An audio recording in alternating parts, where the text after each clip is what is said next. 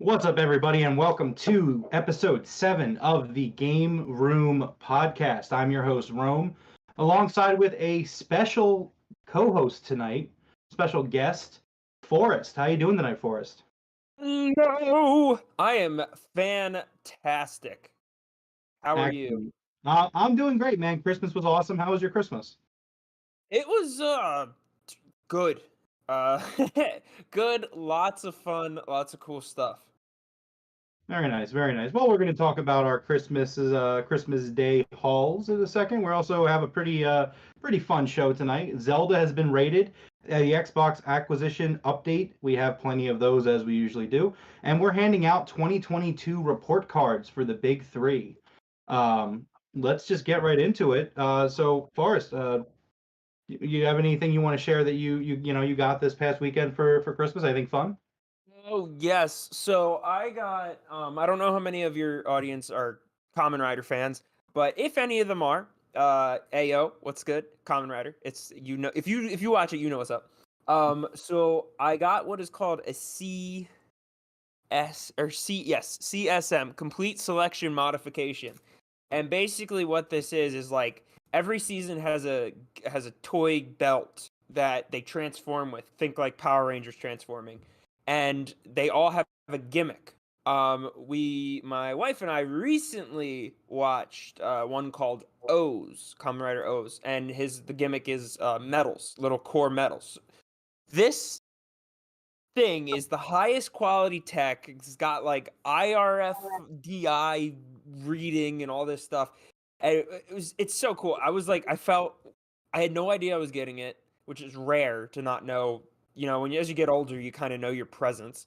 But I was just like shocked Pikachu face. Like I felt like I got the N64 on Christmas, like back in the day. I was just hugging it in shock. Like, what? Like, I'm like, is this happening? Is this real life? So, she like if Christmas was a competition, the wife destroyed it and absolutely won.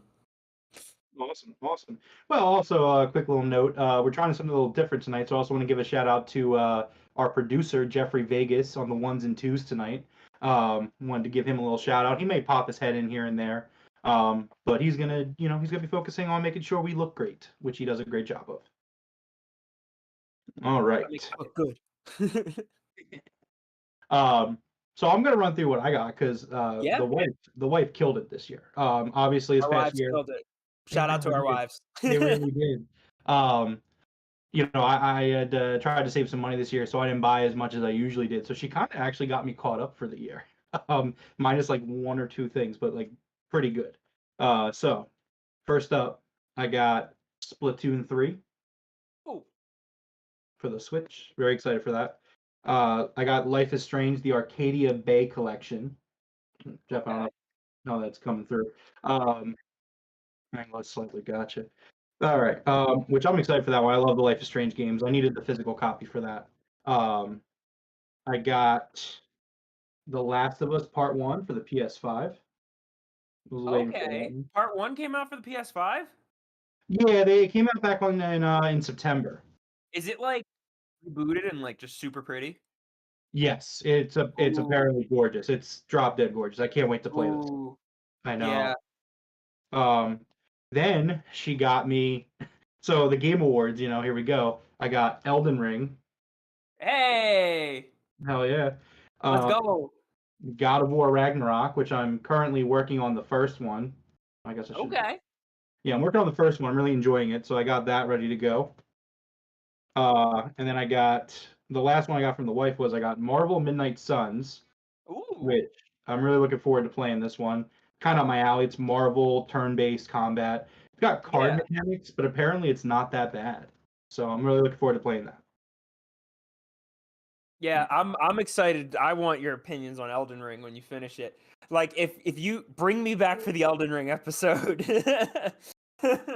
Well, who knows? We'll see. Maybe this is a more regular occurrence. We'll see. But anyways, last game I got, and this was a kind of a surprise, but so I asked for it from, I got Sonic Frontiers for the Xbox. Oh, that's the Steelbook. I know, that's what I say. So it was very hard to find.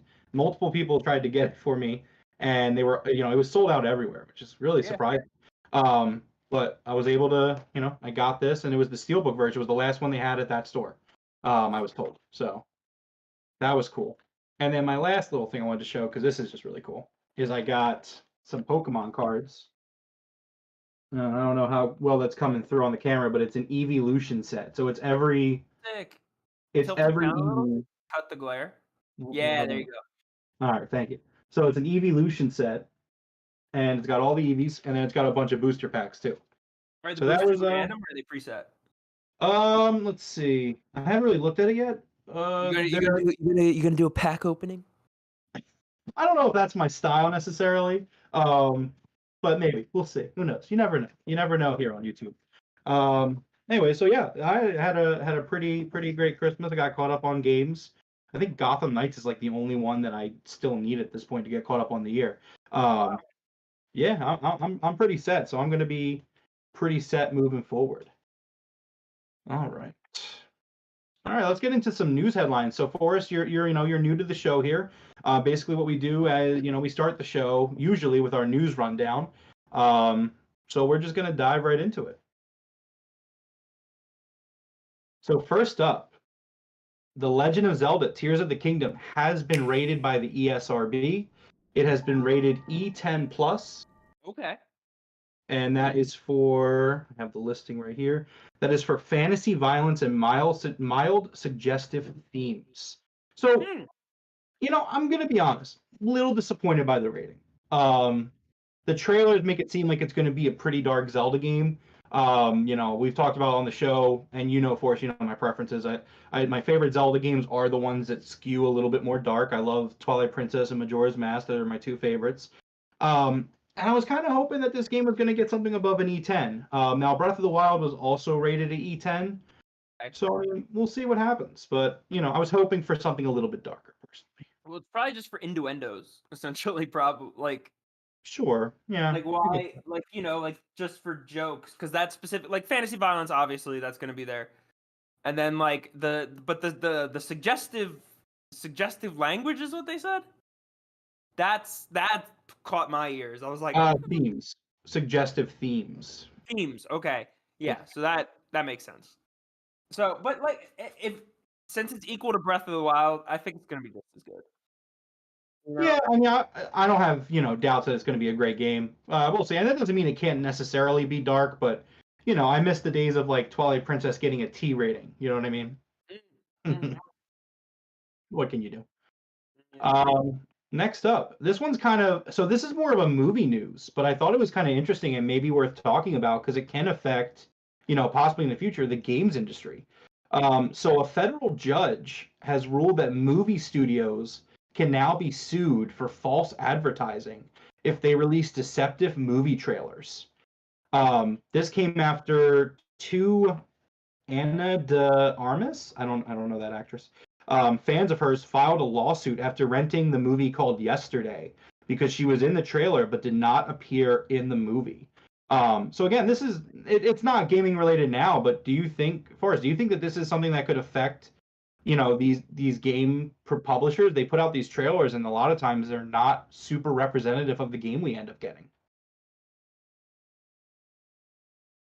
Yes, but also with the law, it's there would I could see this is like a foot in the door kind of thing. So like I could see this trickling down until it does affect video games and trailers.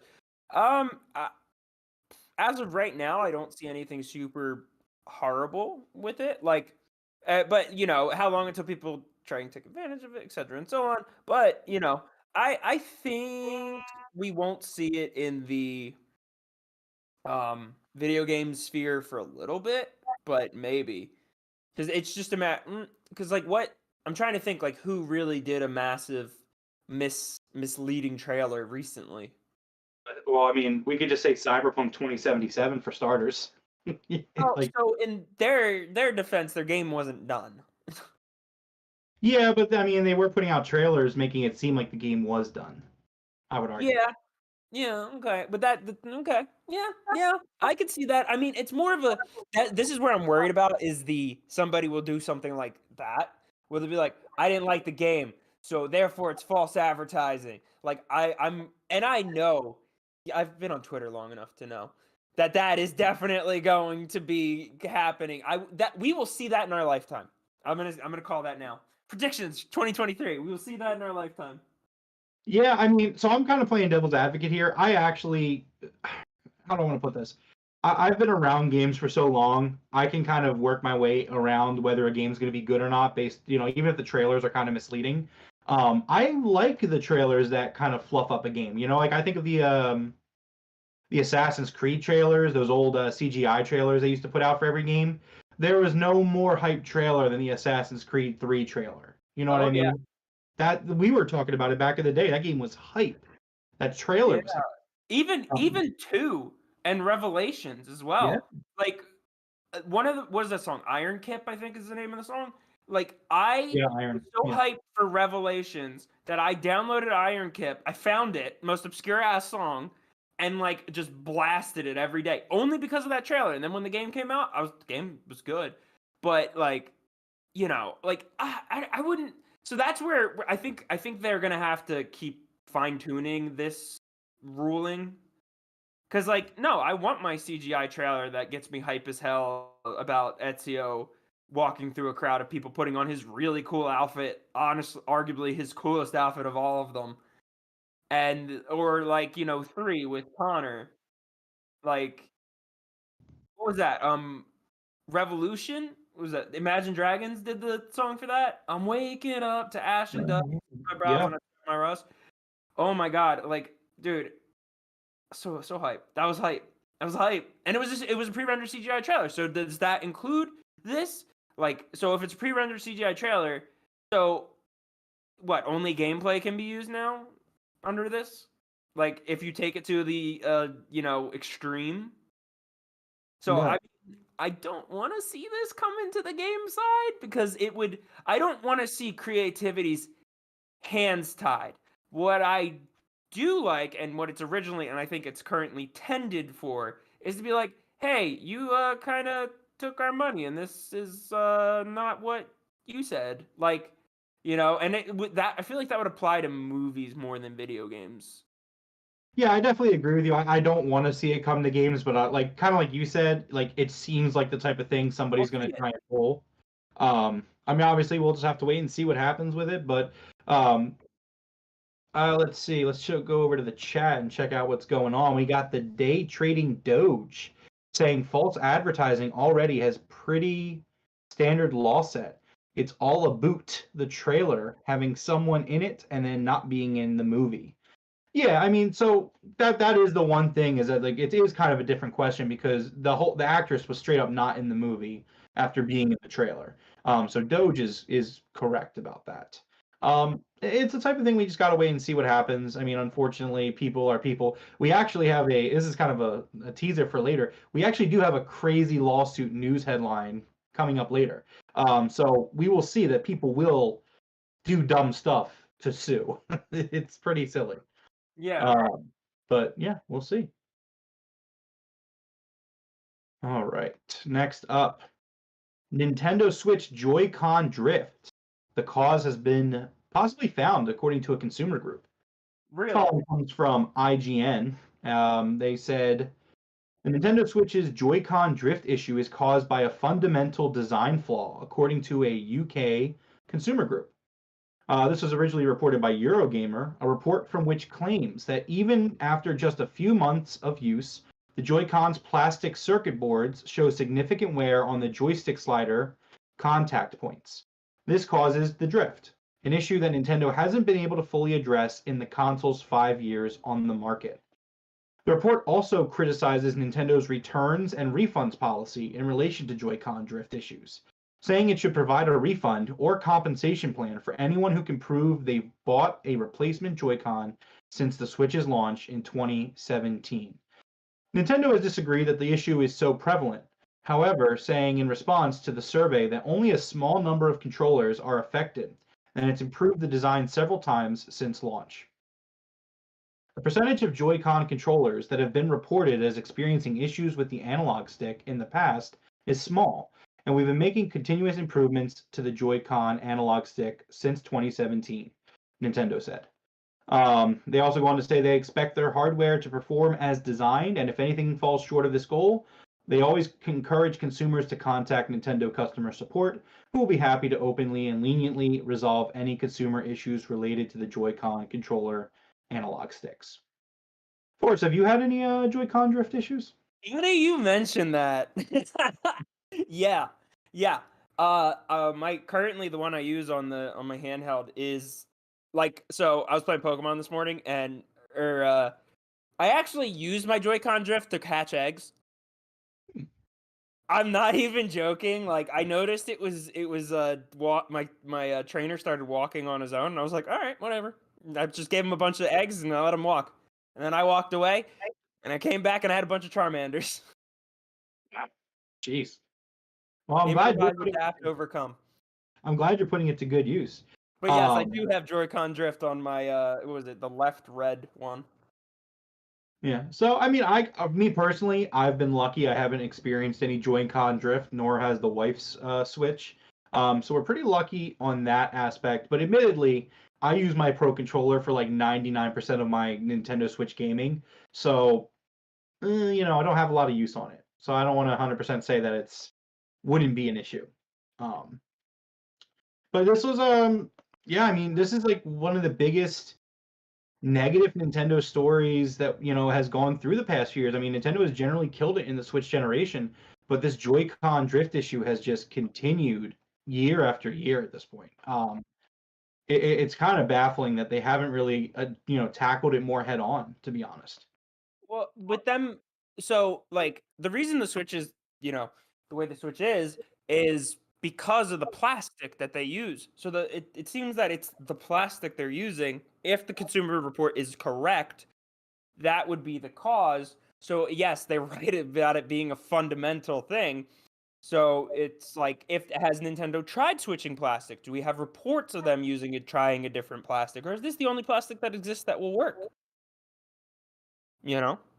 Yeah, I mean, it's a very interesting thing, and maybe they're waiting for the Switch 2 or whatever they're doing to, really upgrade the design of the Joy-Con. We'll have to see. I'm not sure, but it is a very interesting thing that, again, years later, it's still a problem for a lot of people. Yeah. Yeah. Sorry, go ahead. I was just gonna say, like, Joy-Con drift, you're not using your Switch for precision gaming per se. I mean, maybe in Splatoon for aiming, but like, other than that, it's not like, of all the consoles to have a drift, this probably isn't the one that I'm gonna really care about, the having a drift. You know what I'm saying? Yeah, I can understand that. I feel bad for the people that collect all the Joy-Cons, right? Because it's like you have some people out there who like every color, they gotta have them. You know what I mean? Oh Like no. that's expensive too. Joy-Cons are really expensive for the size of what they are. I mean, they've got a lot of cool technology in them with the whole like the Gyroscope. vibration and the sensors and all that. Like they're basically Wiimotes, but like really good and also not. You don't even need an IR for it, so it's really impressive. But they're expensive. It's like 60 per side. Yeah, it's I the think. price of the game. Mhm. Like, and then, yeah. But hey, like, I don't know, Joy Cons. I forgot people collect them. I was like, oh, when you just said that, I was like, oh yeah, people do collect them. Yeah, see, I got my Zelda ones last year, and I'm like, I'm done. Yeah, I'm good. I have one Pro controller. This Mhm. kind of related. It's like the gold Magnamala one from Rise, and I was just like, yep, I'm done. All right. Next up, Xbox has unveiled a job listing for Director of Japan Creator Partnerships. Oh yeah, let me get in there. Let me apply. Where do I send my resume? Well, Microsoft has made a big deal about its need to grow Xbox's past couple of years, and it seems like that's still a major focus for the team right now, as a major job role has just opened at the company. The ad posted on Microsoft's website is for a Director of Japan Creator Partnerships, which requires the applicant to develop strong professional relationships with key executive partners across the Japan gaming ecosystem. This is a quote from their website. As the director of Japan Game Creator Partnerships, you are responsible for leading a team of strategic partner managers located in Japan. This team is chartered to partner with Japan-based game publishers and developers to create games for the Xbox ecosystem, including Xbox Game Pass for console, PC, and streaming, and empowering creators to grow, engage, and monetize their community of players. You will empower the game creators to focus on their games and communities by introducing them to Microsoft products and services for building and operating their games and their businesses. So Xbox, for years have been trying to get back into the Japanese market. They've kind of been strong armed out of it, both on a consumer side and a developer side by Sony, which we'll talk about in a little bit. I think it's great. I think that they understand the importance of Japanese development. I mean, yes, here in the West there are amazing video games that are made every single year, but Japan is, in my opinion, they're right up there. They're the number two, load destination. I think Forrest, you'll probably say that they might be the number one for you personally. Yeah, I would. Pretty much everything I play is straight out of Japan. Right. So I think this is really good, and we've seen some improvements made in the last year or so. The Persona games coming to Game Pass, coming to Xbox was a big thing. Them working with Hideo Kojima, that's a big thing. When they bought not Activision, sorry, when they bought Bethesda, they do technically now own a Japanese developer. I think it's Tango Gameworks, if I'm not mistaken. So, I mean, there's definitely an effort being made there, and Xbox, while it's not super successful in Japan, a report I saw a few months ago, I don't have it on hand, said that they're actually doing pretty like the Xbox Series X is the most successful Xbox console in Japan. So I think that that's progress in the right direction. Yeah. Yeah, All like right. that's always been a hard market for them to break into because they have Nintendo and PlayStation and then PCs. Like the Xbox is like their fourth choice. Well, You that's don't the really point. see. Yeah. Well, that's the thing. They've been fighting this uphill battle. Obviously, Nintendo and PlayStation are based in Japan, and that's a stronghold for them. That's kind of it's hard to break in. And the fact that they are having any success, it is impressive. And you got to think that Game Pass has something to do with it because it's a great service. And you know I Yeah. think that right now is the selling point for the ecosystem, which we'll talk about later when we do our report card grades. Yeah, no, like I'm not yeah. And I'm sure we'll get into that then. But yeah, no, the Game Pass is the thing to have. If you got the time and an Xbox, Game Pass. Right. All right. So moving on, we have it's technically our last news story so far. So just again, as you know, we go through our news stories, and since the podcast has started, it has been the perfect time for the Xbox Activision Blizzard acquisition news because we're literally getting stuff like the news is picked up almost as soon as we started this podcast. It's been crazy. Jeff's been here. Jeff's currently on the ones and twos. I think Jeff is tired of hearing me talk about it. I haven't heard any, so go nuts. Okay. So we do have a few news updates. Some of them are silly, some of them are fun. Um, let's start with so a few weeks ago, the CMA in the UK, which is currently challenging the acquisition, they had asked the public to give their opinions. They asked for a public survey for people to come and say what they want about the merger, whether they approve it, whether they deny it. Um, and so about 75% of the responses to the CMA have been in favor of the merger.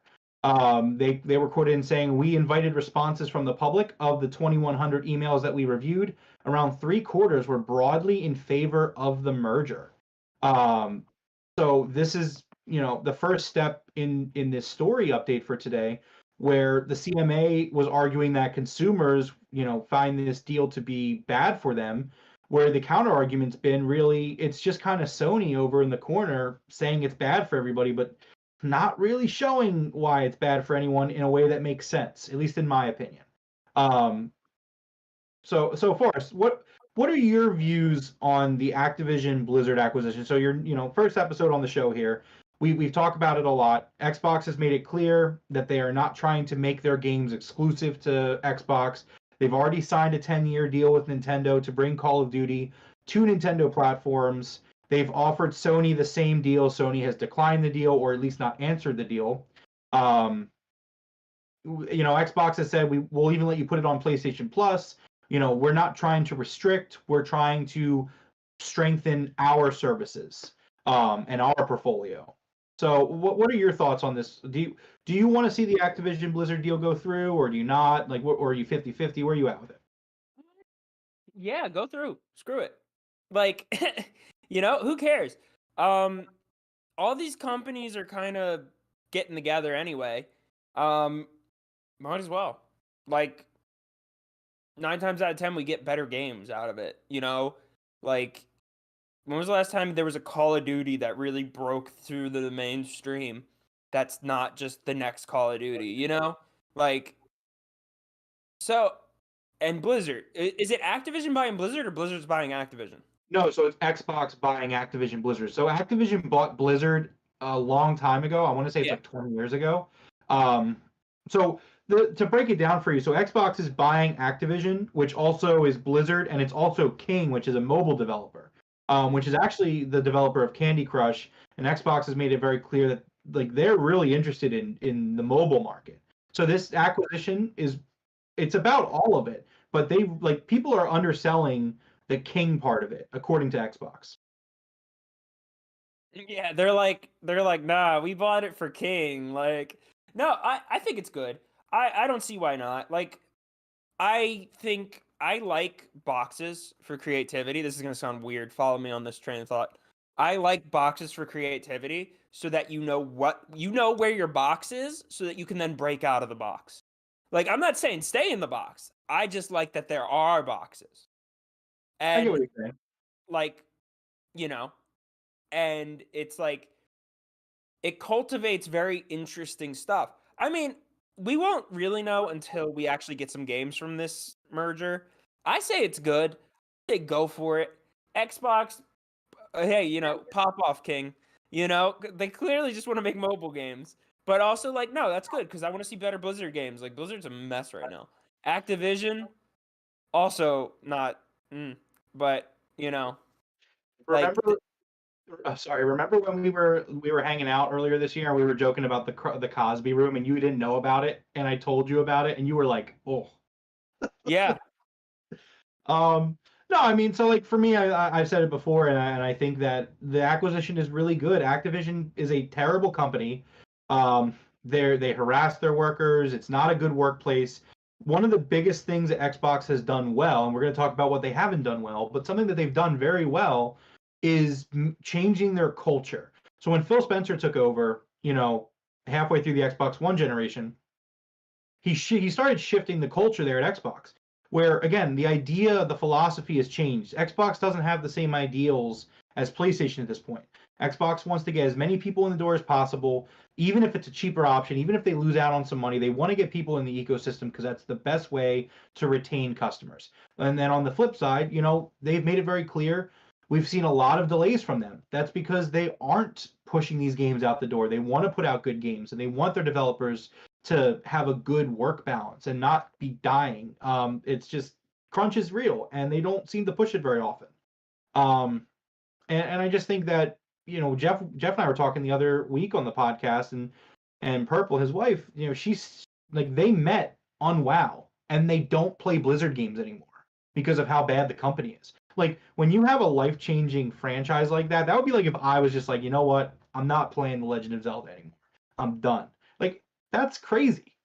That a company is that bad that you're like, you know what, this is it. I'm out. Like that's bad. Yeah, no, definitely. Like, and that's not even just from a creative aspect. Like, I kind of like didn't, now that you're bringing this stuff up, I'm like, hell yeah, buy them. Fire everyone, replace the Yeah. Get rid of the whole fix them. Like, 'cause that's the thing. Like, nobody wants to play games when you feel bad about the messed up stuff they're doing. Like, you don't want to support companies like that. Yeah, definitely. I completely agree. All right. Let's see. The next story, and we've actually talked about this for us in the past, but Xbox has low key confirmed this. So Microsoft has confirmed that Sony has blocked 4 games from ever coming to Xbox. Um, so the following is from Windows Central. The drama over the Activision Blizzard acquisition is heating up as Microsoft steps up its engagement of its regulators. Last week, Microsoft published its response to the United States FTC over its lawsuit, skewering its odd position of wanting to protect the market leader over consumers. Microsoft published a similar response to the UK CMA as well a couple months ago and seemingly confirmed that what many of us already expected was true. When Final Fantasy VII Remake was announced, it was revealed as a timed exclusive with a countdown timer as to how long it would remain exclusive to PlayStation. This led many Xbox fans to expect Final Fantasy VII Remake would eventually hit Microsoft's console. But alas, it simply hasn't been the case. It seems Square Enix's timed exclusive period pertains only to the PC versions of their games now, given that Final Fantasy VII is available for Steam for Windows. Microsoft confirmed in its response to the UK regulator, claiming that Sony has set up permanent exclusion deals for Bloodborne, Final Fantasy 16, and the upcoming Silent Hill 2 remake, along with Final Fantasy 7 remake. The quote is, in addition to having outright exclusive content, Sony has also entered into arrangements with third-party publishers which require the exclusion of Xbox from the set of platforms these publishers can distribute their games on.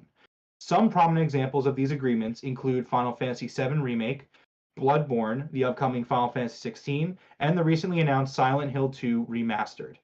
While there have been many slivers of hope that Final Fantasy VII Remake would come to Xbox for us, which we've talked about many times, I loved Final Fantasy VII Remake. It's one of my favorite games of the last decade. Bought it on my PS5. Would love to buy it again on Xbox. Would love to literally double dip and give Square Enix money twice. But I can't do that because it's not coming to Xbox. So I am not a fan of money twice, but continue. Forrest, the big thing that Sony is saying is that they're arguing that Xbox acquiring Activision is going to make it so there is content that will not come to PlayStation. Which is funny because PlayStation has hypocritically been doing this for years, not just with these games that we're talking about here, but with Call of Duty itself. It was really funny because when it happened, so Call of Duty has had PlayStation exclusive content that has not come to Xbox for years at this point, due to their, they signed a contract with Activision. PlayStation every year gets an exclusive beta, before the open beta starts for each Call of Duty. And that weekend, the PlayStation exclusive started. No one else was live yet. That very same weekend, PlayStation put out this report saying, well, Xbox is trying to take things away from people. That's what you've been doing. And we'll get into this a little bit more with the report cards later. But, Forrest, how do you feel about this? So it seems like, again, the strategies are different. Xbox wants to kind of build itself up, whereas PlayStation seems more concerned with kind of knocking the competition down. What are your views on this? Yeah, no, PlayStation's an island, and they want to stay on their island. They want everyone to have to go to their port first. It makes sense. It's a business move. Sure.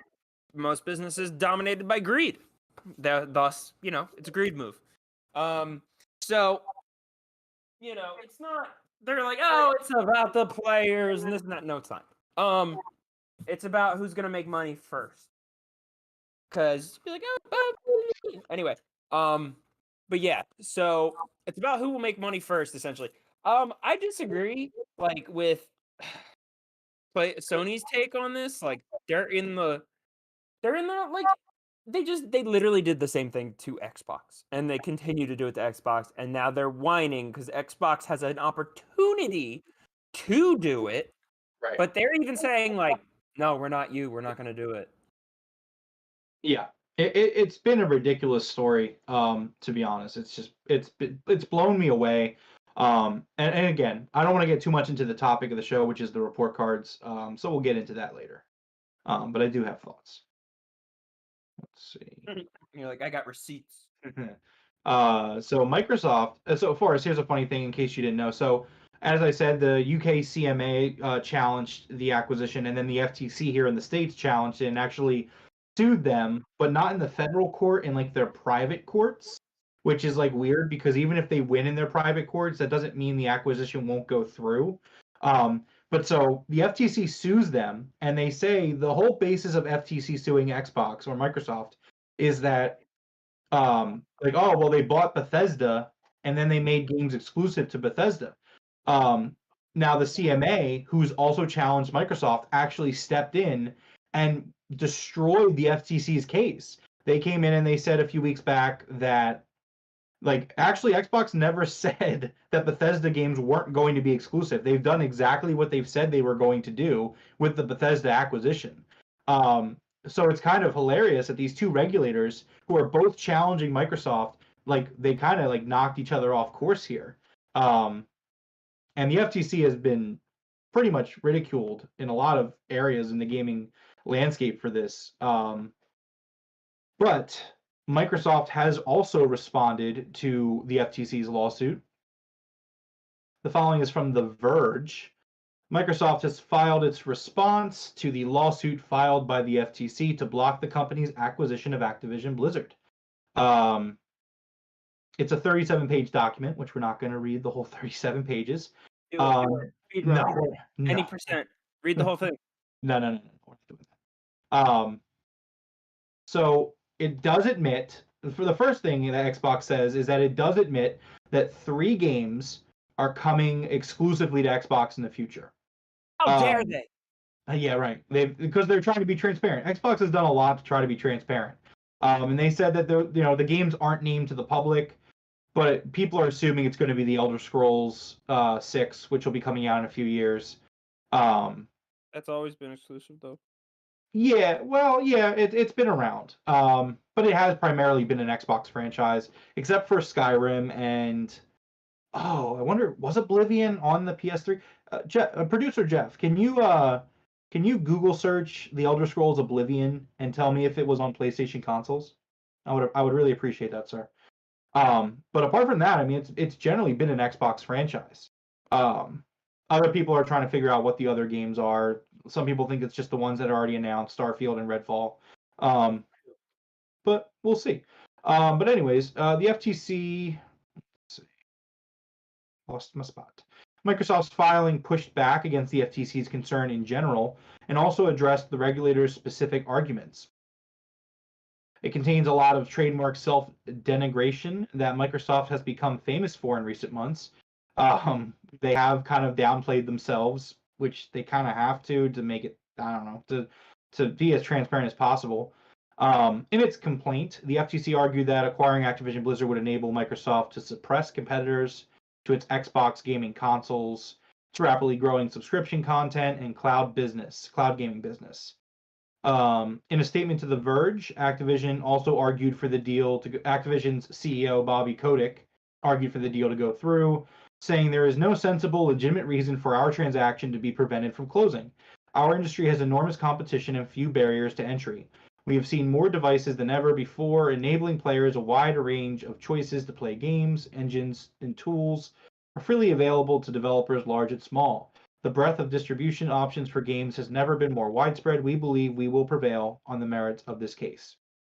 Microsoft President Brad Smith said that even with the confidence in our case, we remain committed to creative solutions with regulators that will protect competition, consumers, and workers in the tech sector. Let's see if I can find. Okay, so that's pretty much it for The Verge, but I did remember seeing like highlights elsewhere of the response. They basically called it unconstitutional, the FTC's filing. Microsoft also pointed out that Sony has. Oh, producer Jeff put the website up on. I like that. Good job, producer Jeff. But anyways, Microsoft said it's unconstitutional. They're trying to block this deal. They're trying to defend Sony over the consumer. Sony is the market leader right now, and these regulators do seem very concerned with Sony losing its spot as top dog, which Microsoft isn't even number 2. Tencent, I believe, is number 2 or number 1. But so basically, Xbox has fired back. They're saying that the FTC lawsuit is unconstitutional, completely ridiculous, and has no legs to stand on. Forrest, is it safe to say that you would agree with those assessments? Yeah. Who cares? Just let it go through. I know. Like, who cares? Oh my god. Calm down, Sony. Like, what? What are you, like, what? You gonna lose Call of Duty? Like you did to them for Final Fantasy? Yes. That's the funny thing. So, like, I'm sick of talking about it, but we do a news show, and it's the news. And this week was especially bad because it was Christmas week, and there's no news on Christmas week apart from this stuff. Because we have one more headline in the news, and here it is for us. So, 10 random gamers, and PureXbox.com has this in quotation marks, gamers are suing Microsoft over the Activision Blizzard deal. So, 10, like one, like 10, like Preston Vance, 10. No, he dropped that gimmick. Yeah, I know he did. Great stuff, by the way, super good stuff. But anyway, so yeah, 10 random gamers have sued Microsoft over this acquisition. Was this written by Sony? No, they're suing Xbox. Microsoft. No, I meant, was this written by Sony? Oh, no.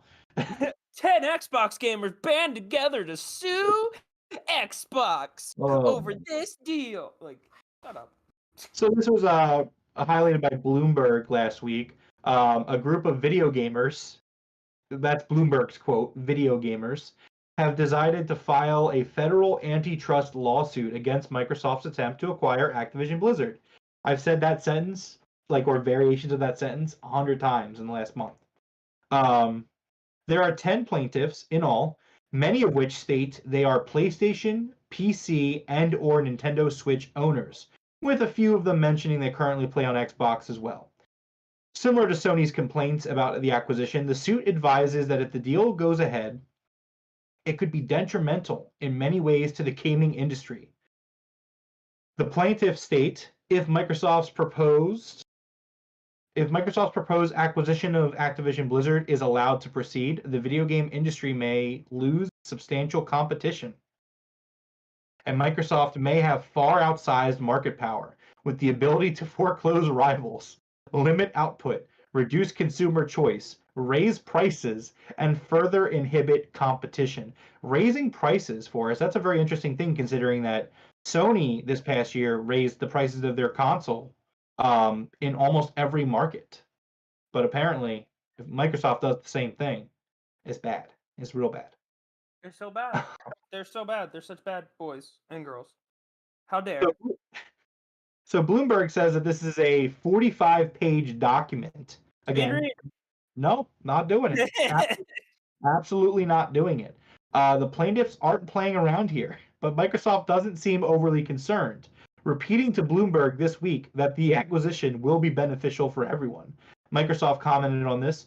This deal will expand competition and create more opportunities for gamers and game developers as we seek to bring more games to more people. That's it. It was a one-sentence response because that's a sentence more than this news headline warranted.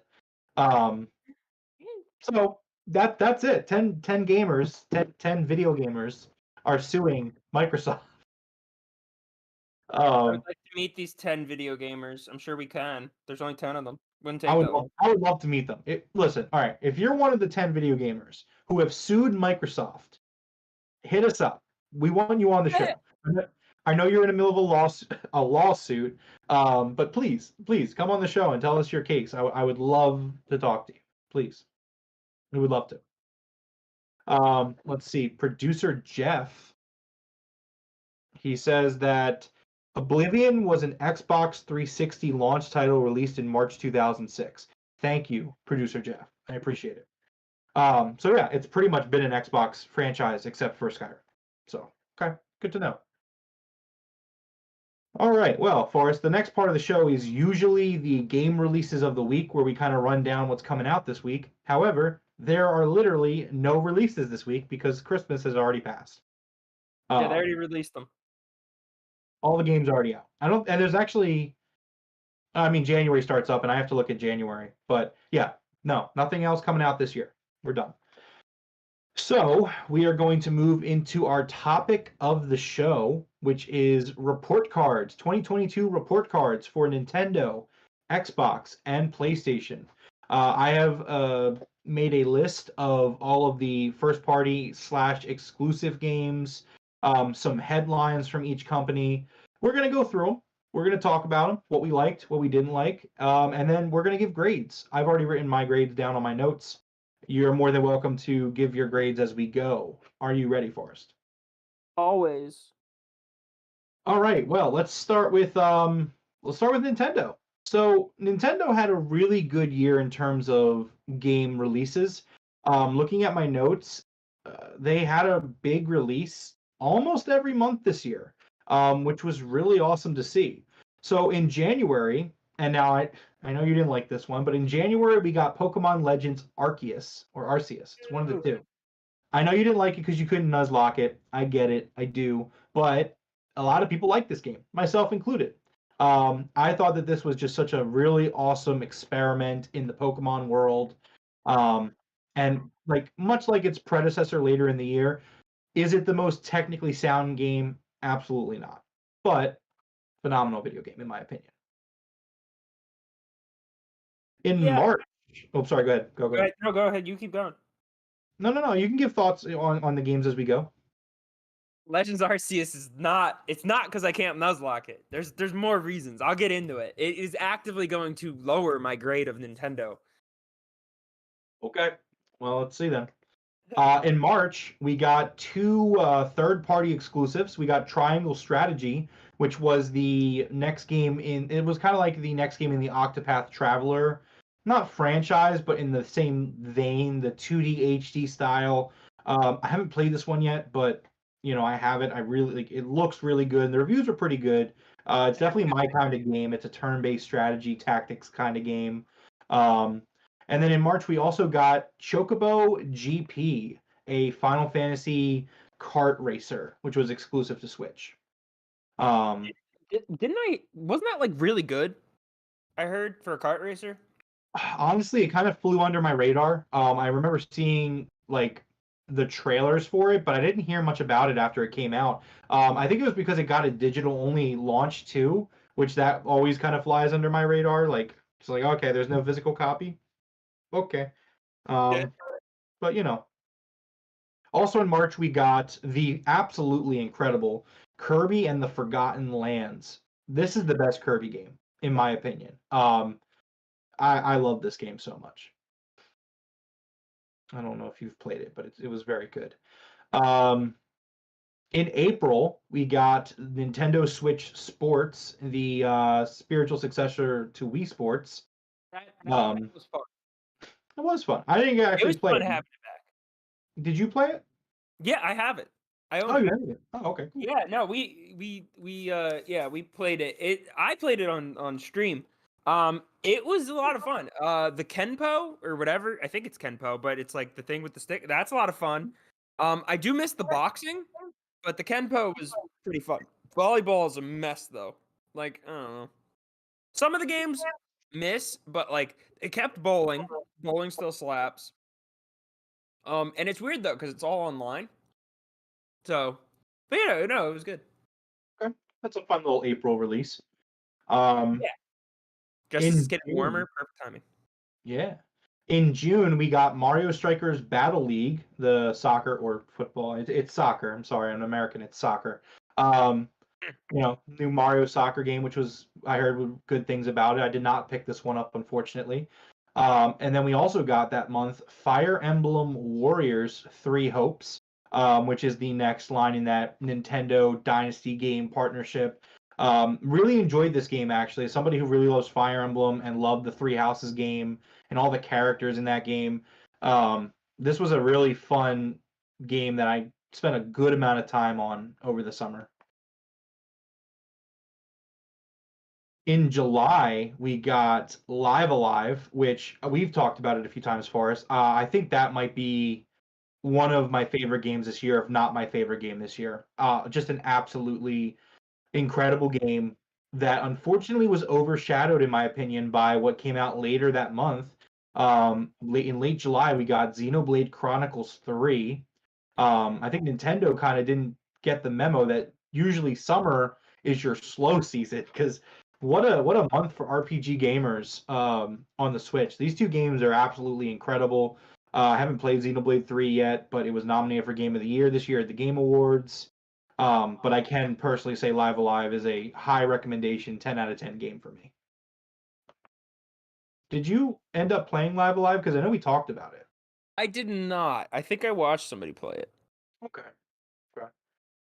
That's not my cup of tea, but Okay. it is something I would watch someone play. Gotcha. Because I remember you asked me about it, and we were talking a little bit over the summer. So I Yeah, I wasn't was sure. looking at it. I was looking at it because I was bored. Like Yeah. I was, being a streamer, I rip through games pretty quickly. So I'm like, I either go super slow or super fast. There's no in between. And at that point I was ripping through games left and right. And that's when I was like, oh, how's Live Alive? So yeah. Gotcha. Let's see here. So after that, in August, we got a surprise game, Kirby's Dream Buffet, which, if I recall, was kind of like a Kirby competitive, like 4-player multiplayer game. This game didn't really hit with me at all. I had no interest in it, admittedly. I think it was like a digital only again. Nintendo with these weird digital only releases. Like I think they announced it and then like it came out a week later. Um, I don't have anything to say about it, admittedly. Mhm. Um, Later, the next month in September, we got Splatoon 3, which, as you saw earlier, I got for Christmas. Very excited to play that. Um, October, we started ramping back up here. We got Mario and Rabbids Sparks of Hope, which I haven't played yet. I have it. I'm very excited to play it. The first one was really good. Have you played the Mario Rabbids games? I'm not a big RTS guy. Like it depends. Like if I can make all the characters in an RTS, hell yeah, I'll be up in there. But if I can't do that, then I'm not going to touch an RTS. Yeah, definitely. In the chat, we had the day trading Doge saying, "Hit that like button. Let's get it to 10 likes." Yes, please. I see we're at 6 right now. Would really appreciate you guys if you're hanging out with us here talking video games. Hit that like button and subscribe while you're at it. Would greatly appreciate it. Moving on, in November, we got, oh, I'm sorry, ending up October, we got Bayonetta 3, which won Action Game of the Year, I believe, at the Game Awards. This is a game I'm really excited to get into as well. This Bayonetta is just an awesome, awesome franchise. And first, I think we've also talked about this one. You just haven't Yeah, played these games yet. You need to play the yeah. Bayonetta I've games. never played any of the Bayonetta series, and I'm a huge Devil May Cry fan. First, So I know I need to play it. I'm just dragging my feet because okay, I just so here's what I'm going to say, because, a lot of times I do pop in on your streams, but I'm usually so busy I don't get to stick around for long. If you stream through if you work your way through the Bayonetta franchise, I will be there as much as I possibly can be to watch you play these games.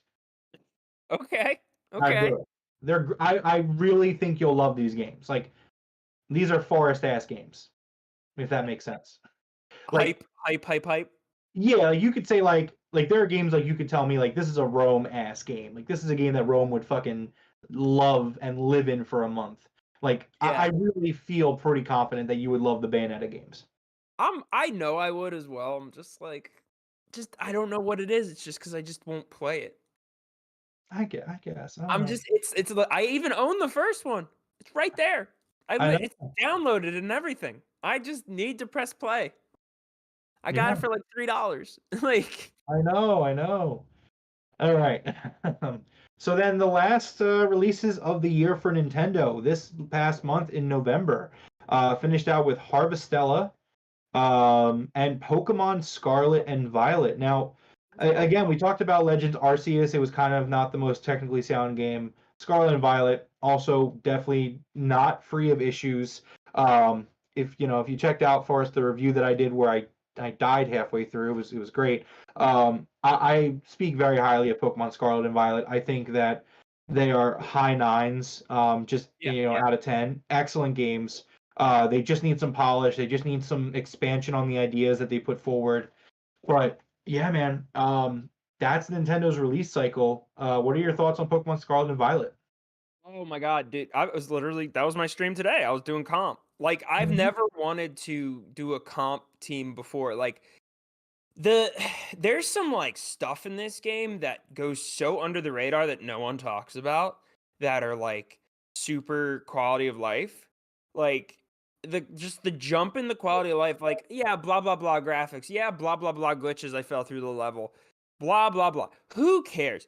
Dude, you know what I care about? Bro, I could just literally rock up in a store, drop like 100K, get a bunch of proteins, and have a competitive level Pokemon in under 10 minutes. Like, what? You can't do that in the previous games.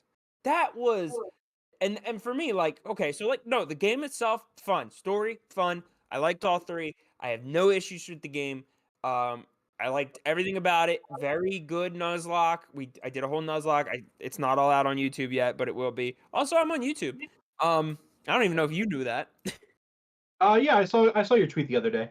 Okay, yeah. So I have a few videos up, um, and I'm working on doing the Nuzlocke, and I'm taking so long to edit it because I want to do such a good job with it. But um, I had so much fun. I had so much fun Nuzlocking it. The new Pokemon, the new world, the running around, the getting the mobility. I like that.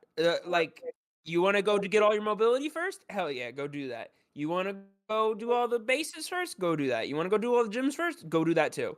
Like, it was a lot of fun, and then an amazing end game. One of the best end game stories since like Black and White, which I never played, but everyone says it's the great one, and I'm like, okay. And because again, I refuse to play at this point because I feel like we're getting that remake next year. Fingers crossed, or within the next 2 years. So I'm not gonna play it to then just replay it. But no, like, oh, like Scarlet and Violet has so much back end post game quality of life that it's just like I'm not gonna ever touch Shield again. I'm not ever going to go on Shining Diamond and Brilliant Diamond Pearl thing. Uh Honestly, and this just makes me hype for the next generation because it's like they got the tech down. Give that same writer, tell him to write something. Tell him to write something he's been holding in for 10 years that has to do with Pokemon. And just buckle up. Like, man, I am. This just made me like hype. Whereas Legends Arceus was, I was just like, ugh, and because I just didn't like the battle system. This I like terrestrializing. I hate how they look, but I love the idea of it. It's double stat. Like, I like all of it, and there's so much thinking, and it's gotten Pokemon to the point where it's like it's almost. This is gonna sound weird, but it's almost like playing Yu-Gi-Oh, like, or Magic, I guess, when you're in a Pokemon battle competitively. Because you're just like, okay, what is he gonna do? All right, he's got this Pokemon, so this Pokemon will probably do that because it's good at this, and then its base stats. Like, I feel rewarded for having my knowledge, and like that's what I was doing today. I was heads down. I predicted, and this is there's a clip of this. I was like, I was about to lose, and then I was like, man, if only his Earth power ran out right now, and it did, as I said it, because I knew it only had 10 PP. Like, and my chat all freaked out. It was a fun time. But like, oh my god, like this game continues to give me moments. I've already beaten this thing almost 100%. I completed the dex. I've done shiny hunting. I've done everything you could do. And that's a whole other thing. Shiny hunting's never been this good. It's true. It's And very then you true. got the terror raids, which I know, Rome, you're not the biggest fan of, but I enjoy them. Like, I like it. Yo, give me big bad monster. I go punch it. Like, literally all I did for they just had an event, the Delibird event. I was like, all right, gamers, we're gonna go punch birds today. They're like, what? And I'm like, we're gonna go punch birds. And what did we do? I got my Primeape and we punched birds. It was great. Oh, my channel, by the way, is twitch.tv/forestdude for anybody that would like to come through. Yeah. Now, do you have the YouTube channel set up yet, or? Yes, that is also up. That is also just at FarsDude on YouTube. Awesome, awesome. Yeah. Yeah, all I'm on everything now. Yeah, and again, dude, I fucking love the excitement for Pokemon. I really like this year was such a big year for Pokemon where it was just like I know you didn't like Arceus, but like I think Arceus is a cool side game that we can see more of, and like I can't remember who I was talking to the other day. I think it might have actually been you, where I was saying that this could be the new cycle where, they do the Let's Go games, they do the remakes, they can do a Legends game, and then they do a new generation. And you have that 4 game cycle every 4 years. You get a new Pokemon game, but it's something a little different. And man, this was such a great year for Pokemon. And then Scarlet and Violet come out, and like, yeah, they're a little buggy. The frame rate's not the best, but like bro, the bones for these games for the franchise, the foundations are just so strong and so freaking gorgeous right now. I love it. I absolutely love it. Yeah, exactly amazing bones. That is what you should take from Pokemon. Scarlet and Violet. The bones are great. Yes. All right, let's run through some quick headlines. Now, Nintendo had a very quiet year, both positively and negatively in terms of headlines. The biggest one, which for me, broke my heart a little bit. At the time, it was just called Breath of the Wild 2, but Zelda Breath of the Wild 2 in April was delayed out of 2022. Now, in September, we did get a Nintendo Direct where it was revealed as Tears of the Kingdom, which was again a extremely get hype moment for me. Um, Funny story was that this direct was not shown the same day in the UK. Um, Now, Forrest, do you have any idea why? I don't know if you do. It's kind of a, In it was kind of a, September? in September. Yeah, so in September there was a Nintendo Direct, in which it wasn't just for Tears of the Kingdom, but Tears of the Kingdom was officially revealed at this direct. Yeah, I Now, know. I think I know where you're going with this. That's not, yeah, because was that the Queen? yeah, so the Queen passed in September, and Nintendo said, we're not going to show this direct this week. We'll show it next week in the UK. And people were like, why? What's going on? And then your game is called Tears of the Kingdom. Yeah. And it's like, oh, okay, that makes sense. I can understand that. I can kind of sympathize You with guys that. are being sensitive. Okay. Yeah, I get it. Tears of the Kingdom. The kingdom's sad. The queen is dead. I get it. Okay. Okay. Um, Other little things, the Nintendo Directs returned this year in a big way during the pandemic. Nintendo Directs were very scarce. I think we went a year and a half without getting a legitimate Nintendo Direct until this year. And getting that was really big. I mean, I personally love the Nintendo Directs and their style of, maybe once a quarter, once every 4 months, you come out and you show us what you're working on. So it was really awesome to see them kind of make their return. Um, and then lastly, For hype. yeah, Nintendo Directs are super hype. It's crazy. Um, and then the last thing was the Super Mario Brothers movie was showed off, and you know what? It looks freaking incredible. Um, that was Nintendo's year. So what are your thoughts on Nintendo's year, and do you want to give a grade? I think they had a really good year. Their games were phenomenal. The only mistake they made was casting Chris Pratt. It's not that bad. Um, It's not that bad. Mamma mia. It's But yeah, I don't know. I don't know. I'm not a Chris Pratt fan that much. But anyway, okay. um, I would say I'd give it like an A minus. Okay.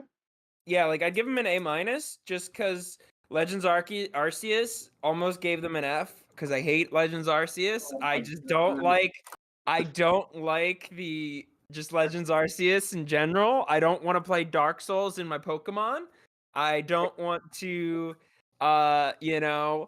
I hate catchathons. That was my biggest issue was catchathons. Bro, it's not even that bad if you did the It is. Oh, catch a Buizel that's 8 feet tall and weighs 8.9 ounces. Like, oh, and make sure you get 14 Starlies. Oh, And that Eevee, yeah, it's gonna run away from you every single time because you made one too many Russells of his Jimmies. Like, I I do not like Legends Arceus. Like it. Oh, granted, it is. I had a TikTok for a while, and it is at one of my second highest ever clip, and it provided much shenanigans and hijinks. However, no, I don't like it. I had to make my own fun. The problem is with Arceus, like what blows me away is like there was like literally 12 challenges for each Pokedex listing. You didn't need to catch 12 Starlies. I didn't need to catch 12 Starlies, and I completed the Pokedex. Like there was very rarely a point where I was like, oh man, I got to go catch more of these. I think like there was like, oh man, if one's not enough, it's too many. Okay. But I didn't have that problem. I don't know, man. You just gotta look at the other challenges. I just don't like being told like, oh, go catch more. No. Like there was a point where I got soft locked. Like producer Jeff's gonna jump in real quick. Producer Jeff jumping in real quick. So what Forrest is saying about the game is the reason I stopped playing, but I still liked the game. It was just, it got to a point where I was like, okay, I'm done. You know? Okay. Yes. I just got there really fast. I don't know what to tell you guys because I didn't catch like 100 Starlies. I looked at Starly's page and said, oh, use wing attack 20 times in battle. Well, I'm going to be battling anyway, so I'll just use wing attack 20 times. Like don't tell me how to do my damn job, Pokemon. I love how like it was an isekai, okay? And that's like the worst form of anime. Oh my god. It's producer Jeff's favorite type of anime. Anyways, Forrest, what's your goddamn grade for Nintendo this year? I gave him an A-. Oh, right. Okay. Yeah. All right. So, for me, when I was doing my grades, for me, an A+ is like perfect. Like, nothing goes wrong. You have a supplement of first-party / exclusive support throughout the entire year. And I gave them an A. So just a straight up an A.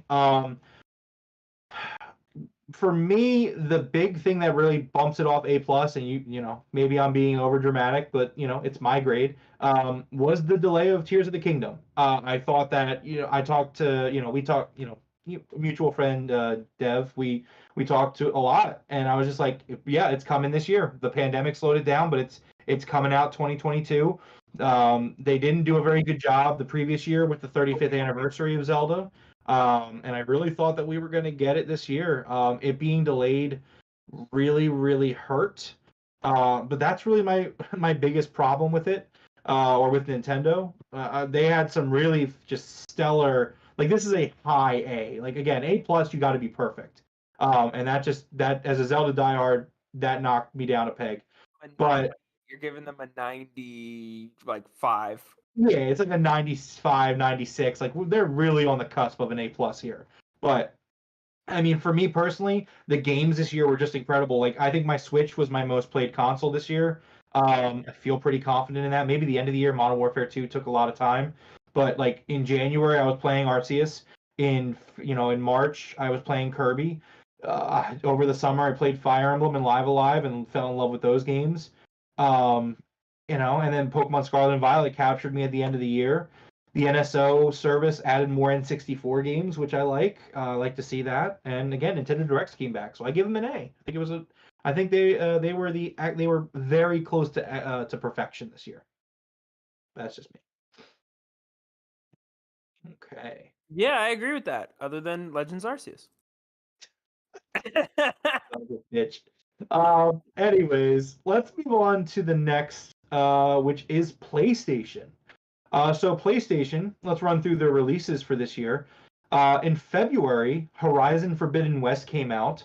And then in March, we got Gran Turismo 7 and the Xbox Studios game Ghostwire Tokyo, which is exclusive to PlayStation this year. It will come to Xbox next year, though. In July, we got the Kitty Cat game Stray. In September, The Last of Us Part 1, which is the remake of the original Last of Us, came out. And then in November, God of War Ragnarok. So Forrest, did you play any of these games this year? I did not play Stray. So, this is Sony's. Yes. I mean, like I played Elden Ring Okay. on my PlayStation, on my PS5. Okay. Or no. Oh, I got a 4 and then I got it on 4 and they did the free upgrade to 5. Okay. Well, that's nice that they did the free That was upgrade. actually cool. That was actually cool. Um so Elden Ring was my only played game that came out this year on PlayStation. Okay. My wife played Stray for a little bit. Okay. I watched her play that a little bit. Yeah. So this year, I spent my year kind of in terms of PlayStation getting caught up on God of War and Horizon. I played the first Horizon game this year and fell in love with it. Absolutely loved it. Really excited to jump into Forbidden West, and then right, like I said, I'm playing the original, not the original, but the PS4 God of War, and got Ragnarok for Christmas. So I'm really excited to get into that too. Played Stray. Really liked Stray. Thought it was really good. Kind of a depressing game. I always joke to Dev. I was like, man, what a depressing fucking game. Like, I'm not gonna spoil anything, but I finished that game just feeling bummed out personally. Yeah, oh man, mistakes were made with that game. It's a great Like, game. It's a great game. it's a good game, but like, why can't I get the parody version of it where I just meow at things? Like, I thought it was gonna be high definition, Untitled Cat, Goose Game with meowing. I thought you had That's what I Cat wanted. Simulator. Cat Simulator. Yeah, Goat Simulator, Cat Simulator. Like, that's realistically what I wanted, you know? But, like, I felt, man, there's a story, but I'm not going to get into it. But it's just like, dude. I was like, that's a F in the chat, literally, the game. Yeah, man. I mean, definitely. So I mean, I think this year, obviously, PlayStation didn't have, a year in terms of quantity as Nintendo did. But I mean, they bookended us with two strong releases. Horizon Forbidden West did very well in February. Unfortunately, it was kind of overshadowed by Elden Ring, the game that you played, and the game that I will soon play. And then they finished strong with God of War Ragnarok. So I think it's a pretty good bookends for the year. But everything in between, I mean, Gran Turismo 7 ended up They being. also, Sorry, go ahead. there's one more that just came out. Zach Fair, the remake for, what was it? Final Fantasy Crisis Core? Oh, that's on Xbox too. That's why I didn't include it. Oh, okay. Yes, so Sony paid for Final Fantasy VII Remake, but they didn't pay enough for Crisis Core. Ah. Crisis Core is on Xbox, which I have. I'm gonna play it eventually. But so I mean, Gran Turismo 7, it reviewed well, but after the full game came out, it was a microtransaction filled game, so people were kind of bummed out about that, rubbed people the wrong way.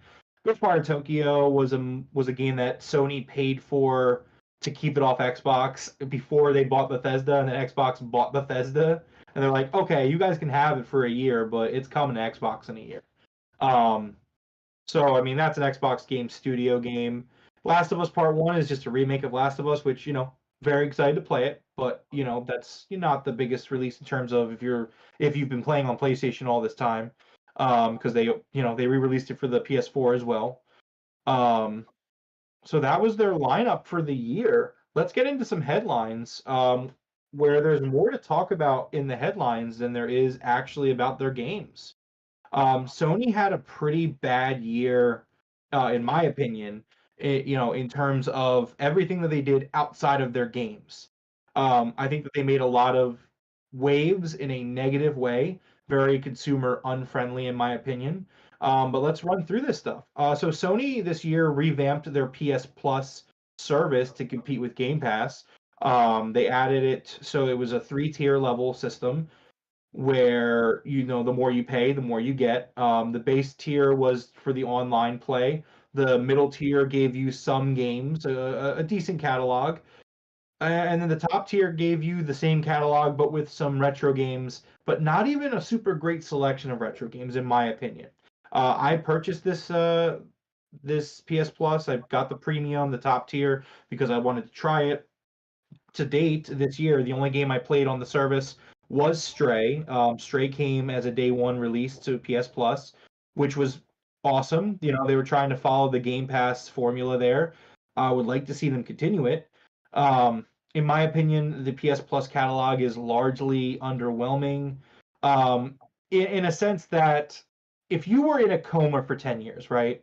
Like you love video games. You go into a coma for 10 years and you wake up and you're like, what did I miss? PS Plus is probably great for you because there's like I think there's a few Assassin's Creed games on there. There's some I think there's a Resident Evil game on there. Like there's some good releases on it, but it's just not a lot to go off of in my opinion.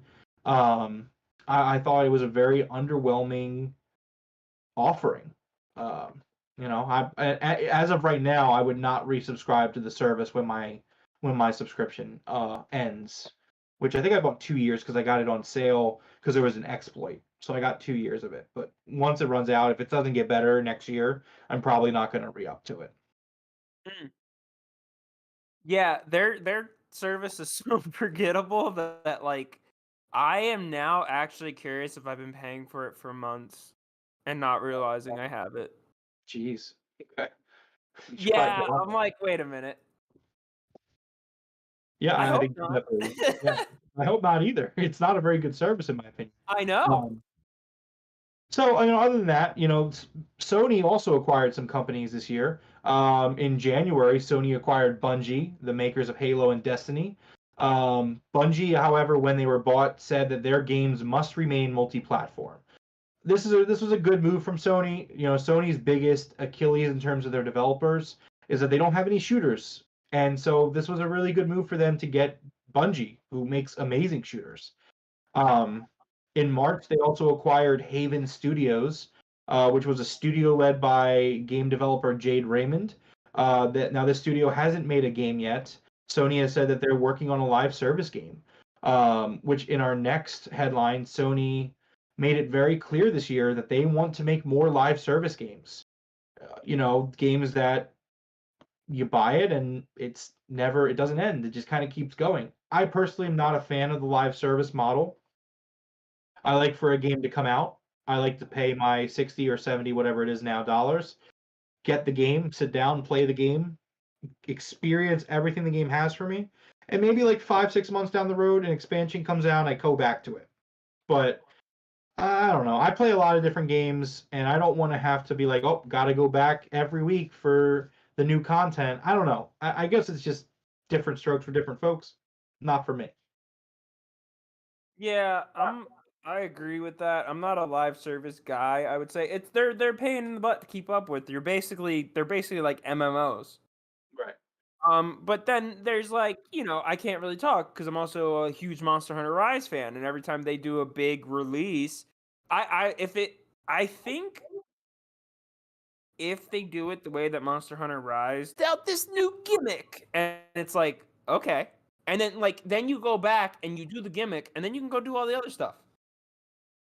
And then you can kind of like hang out for 2 weeks, whatever, and then kind of dip out again, and then they do it again in like a few months, and then you're like, all right, here's another 7 monsters, and this one's gonna really kick you in the teeth. Like, yeah.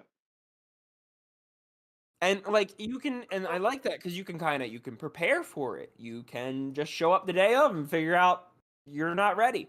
Or you can wait until everybody else is beating it, get all the guides, and then do it yourself. Like you can but it's not like live service. I don't know. Is that a live service?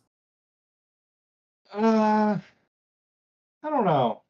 It's like a once a week update kind of thing. Yeah, but what exactly is the update? Like, is it like completely new content, or is it just kind of like new challenges?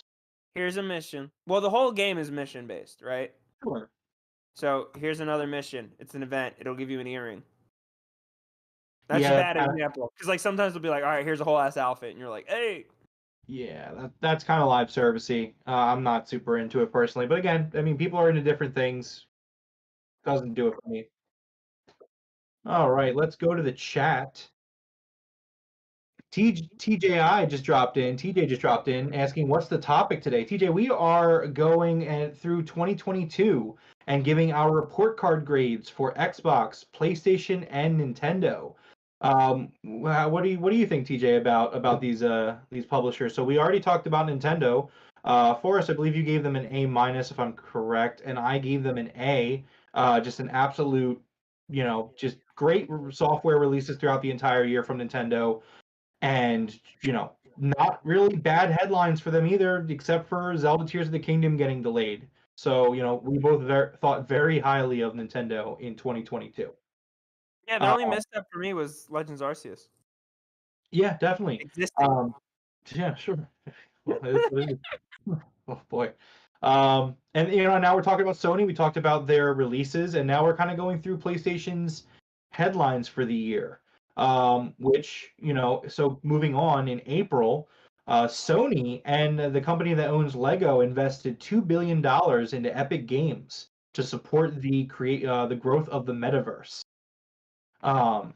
Which was an interesting story, I thought.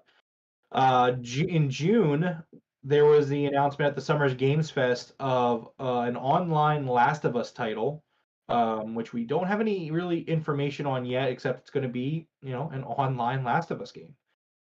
In August, Sony began fighting the Activision acquisition in full force. Honestly, it got embarrassing. It's been really a bad look for Sony. We've talked about it a little bit where they kind of just seem like they're just kicking and screaming at this point. Sony has said many ridiculous, hypocritical things during this. They said Xbox would raise price of their consoles, and Sony did that this year. They said that Xbox would pay to keep content off of PlayStation. PlayStation has done that in this year and years prior. They did a backhand on Nintendo where they were like, Xbox wants us to be like Nintendo. And like, I understand what they're saying, but Nintendo is extremely successful and it has fully integrated into pop culture.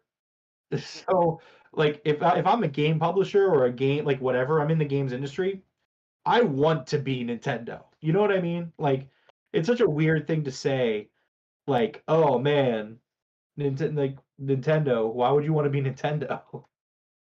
Um, but yeah, it was definitely a weird end of the year for them, just with all of the Activision Blizzard stuff. TJ in the chat says, when it comes to exclusives, it's only really about Sony and Nintendo. Pokemon was probably their only flop, but Sony had God of War and Horizon. Also throw in Stray and Gran Turismo. TJ's giving it to Sony. Optics, it's a bad look for Sony, with Activision Blizzard. But overall, it doesn't really matter because the market doesn't really care what Sony says, if you get me. I do understand what you're saying. And producer Jeff in the chat saying Sony had a great year, but it was overshadowed by the Activision deal, which I completely agree with. Forrest, what are your thoughts about I know we kind of talked about it a little bit, but do you have any other thoughts about the Activision Blizzard acquisition and how Sony has kind of carried themselves these past few months? It's comical. Yeah. Like, it's like, are y'all stupid? Yeah. The reason you're saying Xbox is gonna do these things is because you did them. Like, I'm like, okay, way to point out everything you did. Like, yeah. So all right, it's time for the grades. Forrest, do you want to give a grade for PlayStation for 2022? Yeah, I'm gonna give it like, I'm somewhere sitting between a D and a C. Wow. Okay. So I don't even know what kind of gamer I would qualify as. I'm all over the place. I'm just me, and Sure. since this is just my grade, I gotta give it a C because like I'm not a big AAA guy. Like I don't care about God of War. I don't care about Horizon Zero Dawn.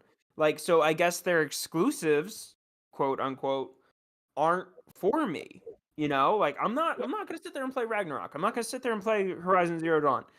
Okay. Like, and literally, like I mentioned this earlier, I only played Elden Ring on my PlayStation 5. That is it. That is it. Oh, no, and I played like Action Arcade Wrestling, which I downloaded for like 20 cents. Like, like it was so this year, PlayStation wise, I was just like, I'm like sitting here going, why do I have a PlayStation 5? So TJ in the chat saying D or C Forest. Ah man, that's way too low. Come on. F, got it. Done. F for Forest. Sony, you suck this year. Do something better. Stop trying to pick fights with Xbox. No, I'm gonna dead ass give him a D though. Cause like, just shut up. Like literally, they need to just shut up and make some goddamn games. Stop trying to dominate and monopolize the top of the fucking market. Just move on, make games, and maybe organically stay at the top of the market. But that's my hot take. So I mean, I don't think it's a hot take. I agree with a lot of what you're saying. I'm not giving them a D though. So for me, Nuts. No. So for me, I do care about those first party games. They are important to me. I think that all three of the big three, Xbox, PlayStation, Nintendo, their first party support is the lifeblood of the game industry, or it's the most important thing. You'll have these third party games that fill out the year and flesh out the year, but at the end of the day, like, what is Nintendo doing? Did we get a Zelda or a Mario? What is Xbox doing? What is PlayStation doing? And at the end of the day, while I think the middle of the year, highly mediocre, PlayStation did put out a new Horizon game and did put out a new God of War game. Both games have reviewed very well, have been pretty much critically acclaimed with the fans, and they're both games that I'm really looking forward to playing in the coming months when I get caught up. That being said, the way that they've handled themselves in every other aspect has just been embarrassing. Like act like you've been there before is the way I would say. They are very up there in the standings of the companies and the power and all that. They are a market leader. They sell more consoles than Xbox. They have in the past 2 generations. Act like you've been there. My final grade, I think originally I was kind of teetering in a high B. I am going to lower it to a B minus. Again, I think that the games are there, but like, man, just all around an underwhelming year. PS Plus was underwhelming. Like, if it wasn't for God of War and Horizon, it's an F. Like, those 2 games are that big of releases in my opinion that they really save it. They really do. It was nice to see PS Plus exist, but they got to do better with that. So like a step was taken there. But just the way they've carried themselves, like, I could talk myself into a C plus right now, and I'm on the verge of doing it. But I'm not going to do that because TJ actually just said, they delivered on AAA exclusive games. They did drop Stray. 5 out of 6 of the Game of the Year nominees are on PlayStation. 3 of them are exclusive to the PS ecosystem, bar Stray. No way, Sony a D. And that's why I'm in the B minus. TJ is kind of knocking it out of the park here. The games are the most important thing. So it is going to carry a pretty decently big grade here for me. I don't like companies that punch down. I don't either. I really don't. And like, I talk about it on the show. That's so lame. Don't punch down. It is. And I'm going to continue to give them their shit because they deserve it, because they make such great games. Why do you need to punch down? Exactly. Trying to get better. We're on the same wavelength here. But I do have to take the AAA releases into account. I just do. And God of War and Horizon were excellent games. Even though Ghostwire Tokyo is technically an Xbox Studios game, it was exclusive this year, and it came out, and I believe the reviews were pretty good for it. Stray got reviewed well. Last of Us Part 1 is The Last of Us Part 1, which some people think is the greatest game ever made. So, they did deliver in the software department. I would say they were 1 game away from having a rock solid year. If they had something big come out in the middle of the year, they would have been set in terms of like games coming out. But yeah, so I mean, I'm at a B minus for them.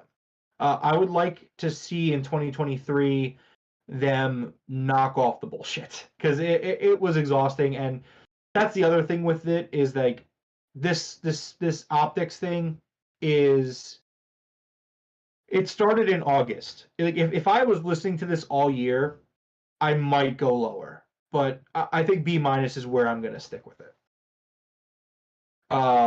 TJ in the chat saying you can't grade them for punching down because that's more politics or emotion. Gamers should only care about games. Games is the only currency. So I get what he's saying here. I do disagree with the sense that we should be looking at these companies and what they're doing for the consumer. Just putting out a good product, I think, especially when you see what Xbox is doing for its consumer base, I don't think that's necessarily good enough.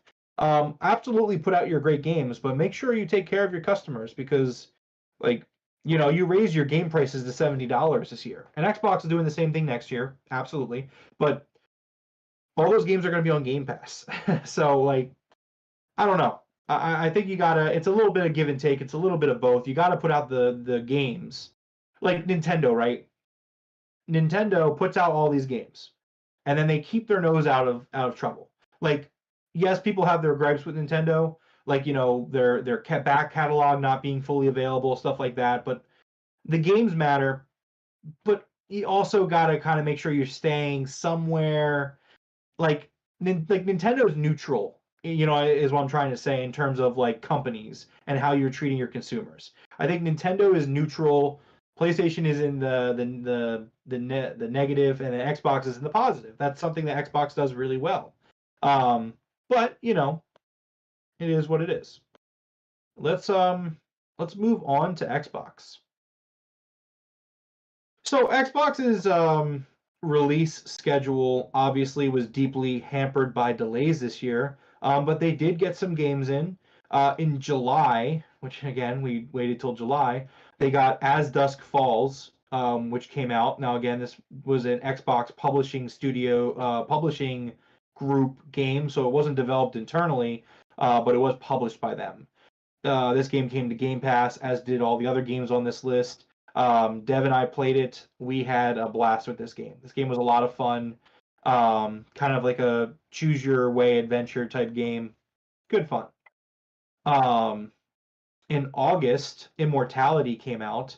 That's kind of I don't want to say it's not really FMV, but it's kind of like one of those old FMV games, but like a newer one.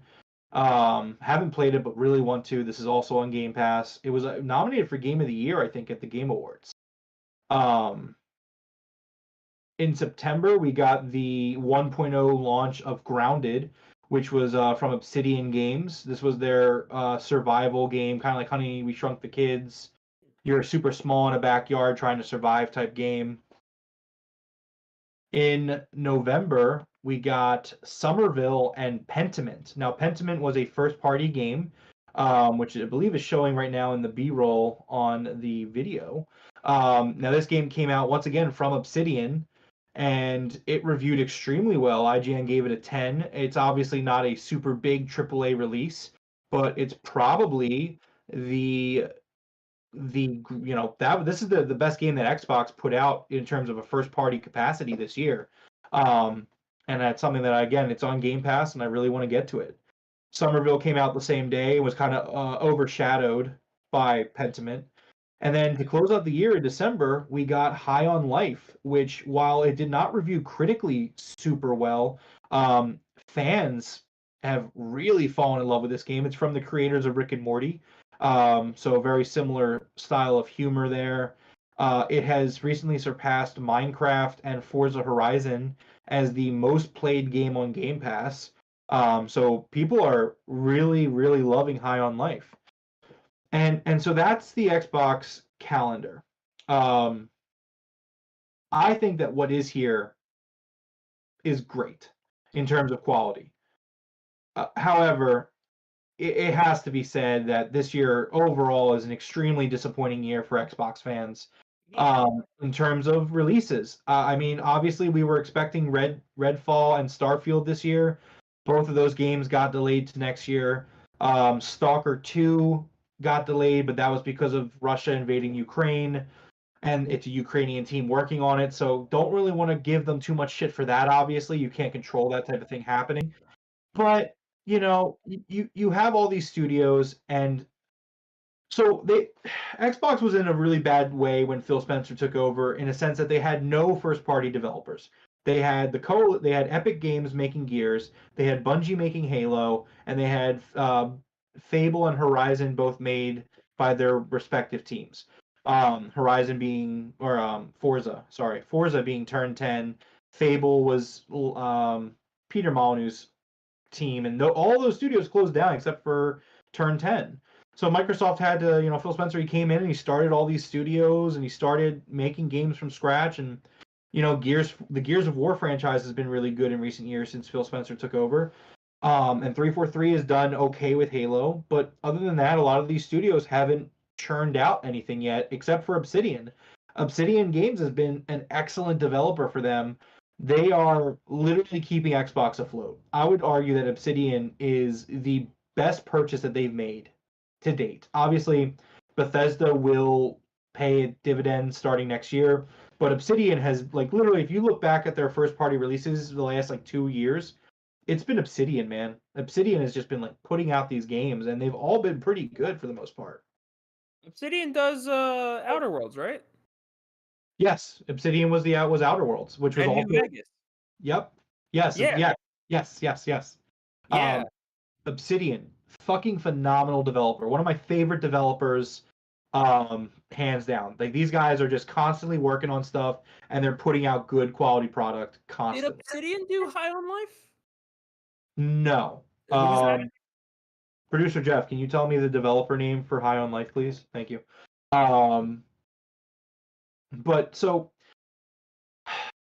overall, again, we waited until July to get a game, and even then, it wasn't even really a AAA release. And then we waited until November to get Pentiment, which, again, fantastic game, not considered a AAA release. It wasn't a good year for software. Redfall and Starfield getting pushed back really killed them. But so that's the game lineup. Let's get into some of these headlines, some of them which we already talked about. In January, for those living under a rock, if you haven't heard us talk about it yet, Microsoft announced the acquisition of Activision Blizzard.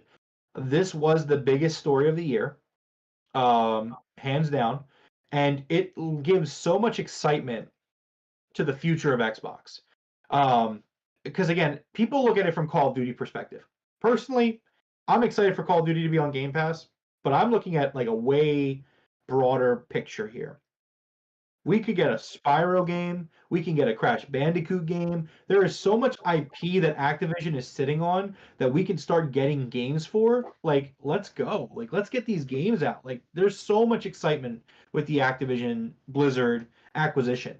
And you look at Blizzard and all the IP that they own: Diablo, Overwatch, WoW, Warcraft, StarCraft. When's the last time we got a StarCraft game? Maybe we can get a StarCraft. You know what I mean? There's so much there. Just to sink your teeth into, and I'm so excited for it. Let's check the chat real quick for us before we get to you on the release schedule here. TJ says Xbox gets a C. High on Life is the only reason it gets a C. You could argue for C-. TJ saying Squanch Games, so he beat producer Jeff to the punch. Oh, okay. Yeah, Squanch Games was the team that made High on Life. And then producer Jeff says, Terablo, thanks. Oh, gotcha. TJ, join the Discord. Oh, thanks, man. Join the Discord. Awesome. Producer Jeff also gives Xbox a C+. Forrest, what do you think about the Xbox release calendar? And then I guess also if you want to have any more thoughts on Microsoft acquiring Activision. Xbox is the greatest ever. A++. No. Bro, I'm sorry. Your name's not Nintendo. If I had to sit there and tell what person, if I had only this year to say I can get you a what console you want, they're like, hey, bro, I don't know what I want to play. I want to be a gamer. Fun fact, this actually happened. I was like, they were like, what are you playing? What do you do? What do you like? And I'm like, all right, well, the best games are definitely on Nintendo. This year, this was Nintendo's year. Like you said, Microsoft ain't really have the games. Sony at least had their AAA games. Aside from Sony being Sony. This ain't new. This ain't new. This is just stuff they do. But I don't know. I'd probably give Xbox a C+B maybe. Because their user face stuff, it's almost like it's a Eagle. It's almost not Eagles. It's almost like it's a football team where they're like, this is a building year. You know, like how there's always that like, oh yeah, this is a building year. And I'm like, yeah, this actually kind of is actually a building year for Xbox. So like, you know, I think once this acquisition goes through, everybody stops doing dumb shit. We'll be able to actually get some games. I would love to play Diablo 4, which was announced. For Game Pass. Yeah, and for Game Pass. It's actually on everything. Like if I had I'm gonna be honest though, like this year, if you didn't want to deal with all the bull crap, it was PC and Switch. Like you get a Switch, you get a PC, you're set. Because you can go on either one if you can, you know, and that's expensive investment. But at this point, the consoles are okay. Pay for 2 PlayStations to be able to play for everything, or buy 1 PlayStation and only be able to play PlayStation, or buy a PlayStation and an Xbox and you can play everything, but it's the same price as getting the PC. Yeah. So that's where we're hitting at, you know. And I'm not like, oh, PC master. No, like I'm pulling out my PlayStation controller or my Nintendo or Xbox controller to play these games. It's just I don't think the consoles were great this year, other than Nintendo. So with that, swerving back to Xbox, Yeah. give it a C. Okay. Well, I do have some more news stuff, so we'll see if this changes your grade at all. But so Starfield and Redfall, I also want to say I really love the analogy with the football team. That was actually a really awesome way of looking at it. Definitely a great point there. You kind of hit a home run on that one. But, you know, again, we still need to look at the year as a year itself. In May, Starfield and Redfall were delayed to 2023. I would rather these games be good. I have a lot of games to play, so take your time. That's the way I've always looked at it with not just Xbox, but any of them. In June, Xbox was the only of the big 3 to have a summer showcase, like an E3 showcase, which for me personally, that's going to get bonus points. I really love, while I do love the Nintendo Directs and the State of Plays, which although Sony's State of Plays weren't very good this year, in my opinion. Dude.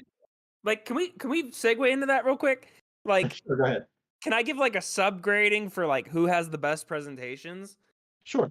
Like, okay, like I mentioned earlier that like Nintendo Directs are hype. Yeah. Right? Yeah. But like, dudes, the State of Plays are the opposite of hype. I don't even know when they're happening. And it's not even like they just don't tell anybody. Like, you know, I'm like, bro, I gotta know somebody's cousin who works at PlayStation to find out that they're having a State of Play. Like, at least with Xbox, they're like, hey, it's summertime, and I get hyped for that. You know, it's the same time every year. Give me the summertime. They're like, oh, E3 cancel? All right, we're gonna do our own thing. Meanwhile, PlayStation's like, we're gonna do our own thing, but we're gonna have an orchestra. I don't care. What does that have to do with games? Is this the music that's in the game? No, you're just playing an orchestra at a weirdly lit outdoor section. Okay, sure. You know, that's placed. You know what, Sony, you do you. Can I make Sony a D? Because I want to take away points for that awful. Yeah, man, it's your grade. Do whatever you want. Yeah, and I'm gonna make Nintendo an A plus plus plus plus. You know, I'm just gonna give it a 1,000 out of 100, and then you know, Microsoft, you're just solidly in the middle. You know, it's a building year. You get them next year, champ. And you know, Sony can suck it. That's what the S in Sony stands for. Man, I feel like I self-portray myself. Like, even though I really don't hate PlayStation, I always feel like I'm a PlayStation hater, but like you're taking the heat off me today, which is great. I really love it. I'm like, I was like, bro, I would like 2 years ago, maybe I'd be like, no, man, Sony's where it's at. And then I got a PC. I'm just like, okay, there's no point in like, specifically the PlayStation. I'm like, it's weird. Like my Xbox still has value even though I have a PC, but like my PlayStation, I'm just kind of like, all right. I use it to watch anime on it. That's about it. There you go, I guess. TJ in the chat saying Nintendo was great this year. Xenoblade Chronicles 3 was their game of the year. The Activision Blizzard deal didn't do anything deep for Xbox. The only thing it did was change the conversation a bit right before Horizon dropped, which was good for mindshare. I agree. It was it's a good thing for them though. Having that conversation being very positive in their favor for most of the year, I think that's a big deal though. And again, getting back on track, Xbox had a showcase in the summer, which I think their showcase this year was very well done. It showed off a lot of games coming out in the next 12 months. I think almost all of them were coming to Game Pass. During the showcase, Xbox really kind of worked on improving their Japanese developer relationship, which we heard earlier in the show. A partnership was announced with Hideo Kojima on an exclusive Xbox game. Kojima said that the Xbox team was the only team that could make this game happen, and that everyone else thinks he's mad for trying to make it. I have no fucking idea what this game is. I'm excited to try it though. In December, Xbox announced that their first party games will start costing $70 next year, which is a downer. However, it is following suit with the rest of the industry. At this point, I think Nintendo is the only one who hasn't made that jump. But all of their first party games are still coming to Game Pass. So if you have Game Pass, you're not spending $70 for each game. Have I ever told you how much I love the market top guy setting the price and making everyone else play catch up? Have I ever told you how much I fucking love that? I know. Well, you're not wrong. Look, remember when video games were $40, Rome? That was our lifetime. Remember that? I remember that. Yes, I remember when games were $30 ago. Yes, I do. I do remember that, Forrest. I absolutely do. But no, it is funny because Sony did set that price, and then they're like, Xbox is going to do the same thing. Like, how dare they? Yeah, oh my god. Other things about this year for Xbox, Halo Infinite, and in general expansions and updates.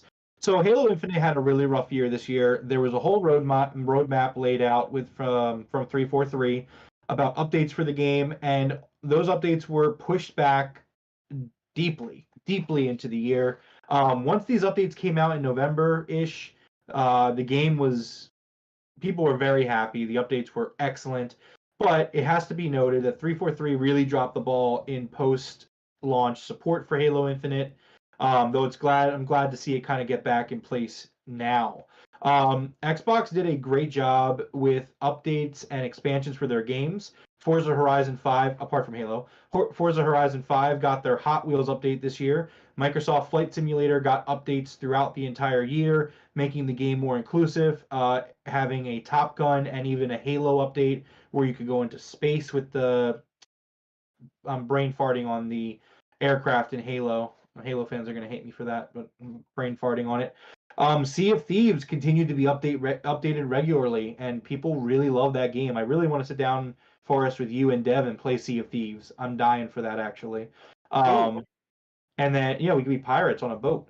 I mean, I'm not a pirate guy, but I'd be down to play with you guys. We got to do it. I really want to do it. And then Grounded, which again from Obsidian, like this game was updated throughout the year until it hit 1.0. And fans of these games were generally really happy with the updates that followed suit. Time for our final grades. So Forrest, you gave it a C. Do you want to change it based off anything that we talked about? Yeah, I'm just going to C because, it's like I give it a solid 70. Like they kept punching, they kept going. They're again, it's a building year. Like at this point, we might as well just call these different teams. Like I'm just waiting for the jerseys to be printed. Like it is. I'm gonna keep them at a C. You just saw what I was doing in the chat. Yeah, I was just like, I didn't want to cut you off, so I just typed LOL. Yeah. So, yeah. I'm gone now. Because Xbox powers my dreams. That's why they're getting a C. They're powering my dreams, but next year. Okay. All right, so my grade. I thought the Activision acquisition story was huge for them this year. The dynamic, the scope of it, really big and really promising for the future. Game Pass. Look, like Forrest, you know me. You know me, Forrest. We talk about this all the time. I'm a physical collector. I literally, on my Christmas list, ask for games that I've already played just so I could physically get them and have them, right? Game Pass Couldn't though. tell by everything behind you. Right. I also got a Jigglypuff from the wife for Christmas. It was a stocking gift. Is Oh, right that's there. cool. Is it plush or is it Funko? No, it's a plush. Oh, that's cute. It's well made. It looked like a statue. I think it's a legitimate. Yeah, oh yeah, this is official Pokemon merch. Okay. It's got that official tag. Anyways, but like, despite the fact that I'm a physical collector, I can't sit here and say that Game Pass is not incredible. Next week we're going to be previewing 2023, but I'm also going to be sharing a fun little project that I work on throughout the year, in which I track the games that I play and beat and all that. And there's some fun little stuff that I'm going to share about it.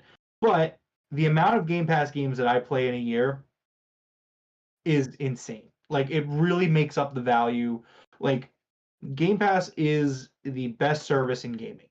Mm-hmm. Nintendo could compete. They have a back catalog to compete, but they don't. They don't compete. And PlayStation Plus is nowhere near as good as Xbox Game Pass. That being said, their first party support this year was a disaster. They need to get it together, and I think that next year there's a lot of cause for optimism. You got Redfall, Starfield, Forza. We should expect Hellblade 2 next year. Senua's Sacrifice. Outer Worlds as well. I think Outer Worlds 2 is a little far out still. I don't think that they're ready yet. But again, like, there's so many things that they can work on and that should be coming out next year. About to replay the first one. So good. It is. I'm really optimistic. However, my grade is for this year. I'm giving them a C. Hey. So we're on the same page on this. Again, Game Pass is half of that, and then the Activision story is the other half. But yeah, I mean, this was a rough year for Xbox fans. If you are just playing Xbox and you're just looking for first party support, it's a rough year. I mean, you watch the Game Awards this year, and like, luckily I play everything. Obviously, I think Xbox is generally the better console over PlayStation. I just generally prefer it in most ways. It's my console of choice. But I mean, PlayStation, Nintendo, they had a great time at the Game Awards. Nintendo showed off some stuff. PlayStation showed off some stuff. They both won some awards. Xbox won an award for As Dusk Falls. They did. But apart from that, they didn't even show anything at the Game Awards. And a lot of gamers felt a little burned by that. Now, there are rumors that they're going to have a showcase early in 2023 to kind of show off their games. We'll have to wait and see. But for now, a C is what I got. To wait and see. That's their grade. TJ said that seems fair. Fair enough, Forrest. I've appeased TJ. My work here is done. That's excellent. TJ, man, hit the like button. If you're not subscribed, subscribe. We loved having you here tonight. You should definitely join us more Monday nights at 9 p.m. Eastern here on the Broken Tables Podcast YouTube channel. TJ says, I have an issue a bit. I tend to give Xbox plus points when it comes to Game Pass and is also on PS. Yeah, I agree with that. I mean, Game Pass carries them, man, as a service. It really carries them. But yeah, I mean, that being said, those are our report cards for Xbox, PlayStation, and Nintendo. Forrest, do you have anything else you would like to talk about tonight? What was it? Have you played any games over like the holiday break? Like, what was your game if you have played one? So right now, I'm still working on Pokemon. I'm almost on the decks. I have one left, which What is it? What is it? we were talking about. I don't want to spoil anything, but it's that one that we were talking about. Oh, okay. And then I've been playing the original God of War. Oh wait, hold on. TJ said Ragnarok. TJ said no. That's not what I said. I said don't give them plus points. Oh, okay. I'm sorry. My bad. Game Pass again. I'm looking at them as a whole, and as a whole platform. As a whole platform, Game Pass is incredible. You can't top it. Look, come back next week, and I'll tell you about the games I played on Game Pass this year. And I missed a lot of Game Pass games just because of time. So trust me, there's a lot to it. It deserves the points. It just does. But they do need to improve. Other than that, I've been playing the PS4 God of War. I'm trying to get that done so I can move on to something else. But yeah, that's basically what I've been playing. I know you've been playing Pokemon. Have you been playing anything else? You're not gonna be happy. Oh no. I've been playing Pokemon. Okay. And Christmas Eve, I did a kind of, I guess it would be a VTuber. Yeah, I think they were all VTubers. VTuber mixed tag tournament in 2K22. Bro, but it wasn't like, okay. I feel like I have to justify myself. It's literally just because I need their engine for creation. No. And also wrestling. Yo, when AEW drops their game, I will literally switch and never touch it again. Okay. But All right. right now, I just need their engine. Like, I need their engine because I want to see VTubers wrestle each other, man. Bro, that shit's fun.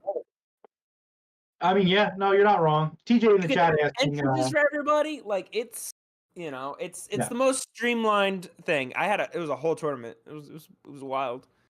TJ in the chat asking Starfield or Redfall, which are we more excited for? I'm guessing he's asking. I'm gonna say Starfield. I think Redfall looks really cool. It's gonna be great to squad up. It looks like, or even play on your own. Kind of gave me some Left 4 Dead vibes, but I'm gonna go Starfield. Yeah, Starfield, heads down. Yeah. Yeah, no. Starfield, hands down. But like, that's just because I'm not getting Outer Worlds 2. Like, if Outer Worlds 2 was coming out, Outer Worlds 2 wouldn't even touch Starfield. Like, I never finished Fallout games. I never finished Bethesda games, ever. I've never finished Skyrim. I own it on 3 different consoles. I don't even think I've gotten past, like, the first town. I always either get distracted, drunk, or the game gets corrupted. The file gets corrupted. That's only happened once, though. The other 2 are more likely. Distraction and alcohol.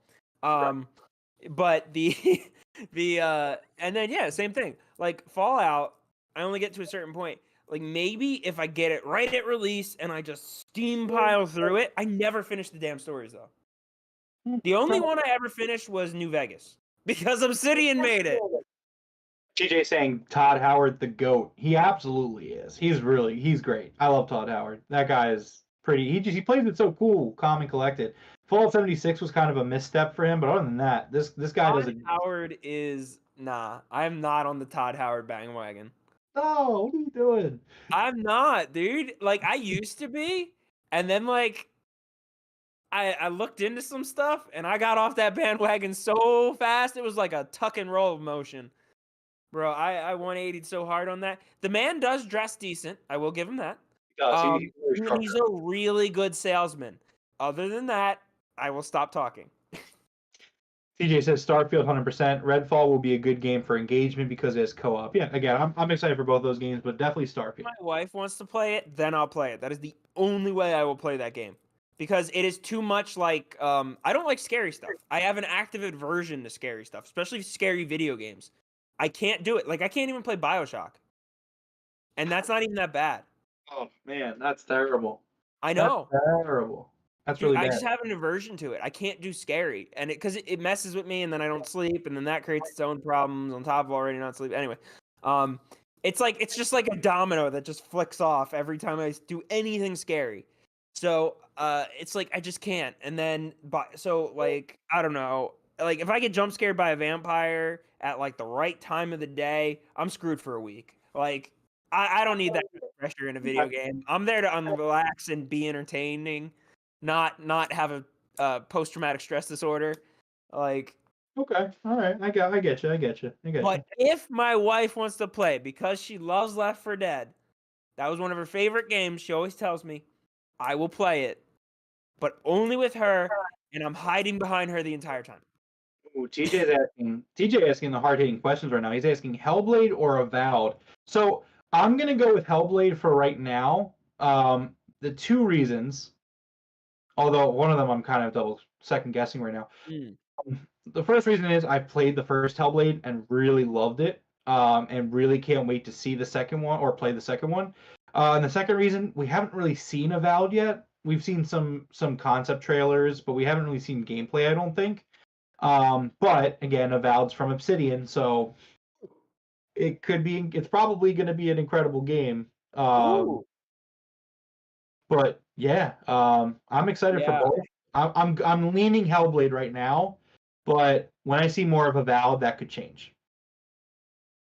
Yeah, no, I'm down for Avowed. I literally, it's called this. I don't know. I found a random website.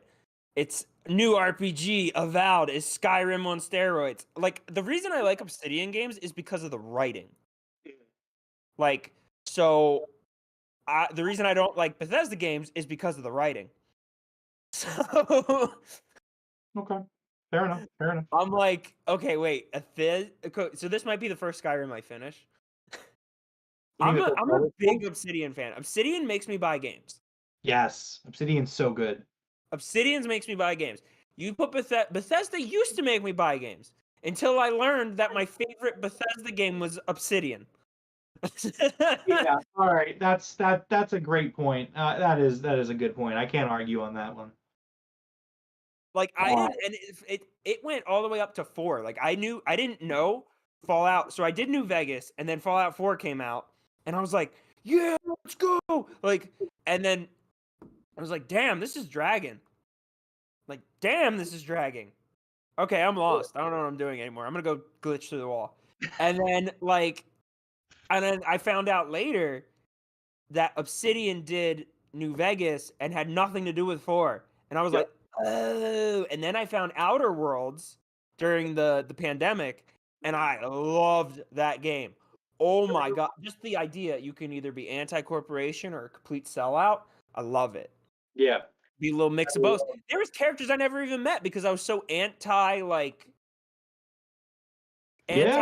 everything. Like I just met this dude and he's like, da, da, da, da, da. I'm like, who the fuck are you? I haven't seen you the entire game. I love the Outer Worlds so much. Outer Worlds is so freaking good. That's such a great game. It really is. TJ in the chat once again. Let's do another one. State of Decay 3 or Fable. So. Fable. Yeah, I'm more excited for Fable. I love the original games, the first trilogy of games, and I'm really excited to see what Playground Games is working on.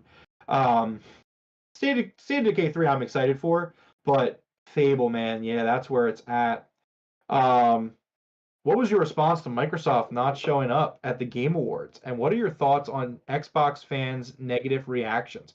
Well, so as I mentioned earlier, I thought that them not showing up to the Game Awards was kind of a slap in the face to their fan base. Again, Xbox fans have been very patient waiting for the first party support, and for them to not really show up with anything at all to show, very concerning. Not concerning, but upsetting.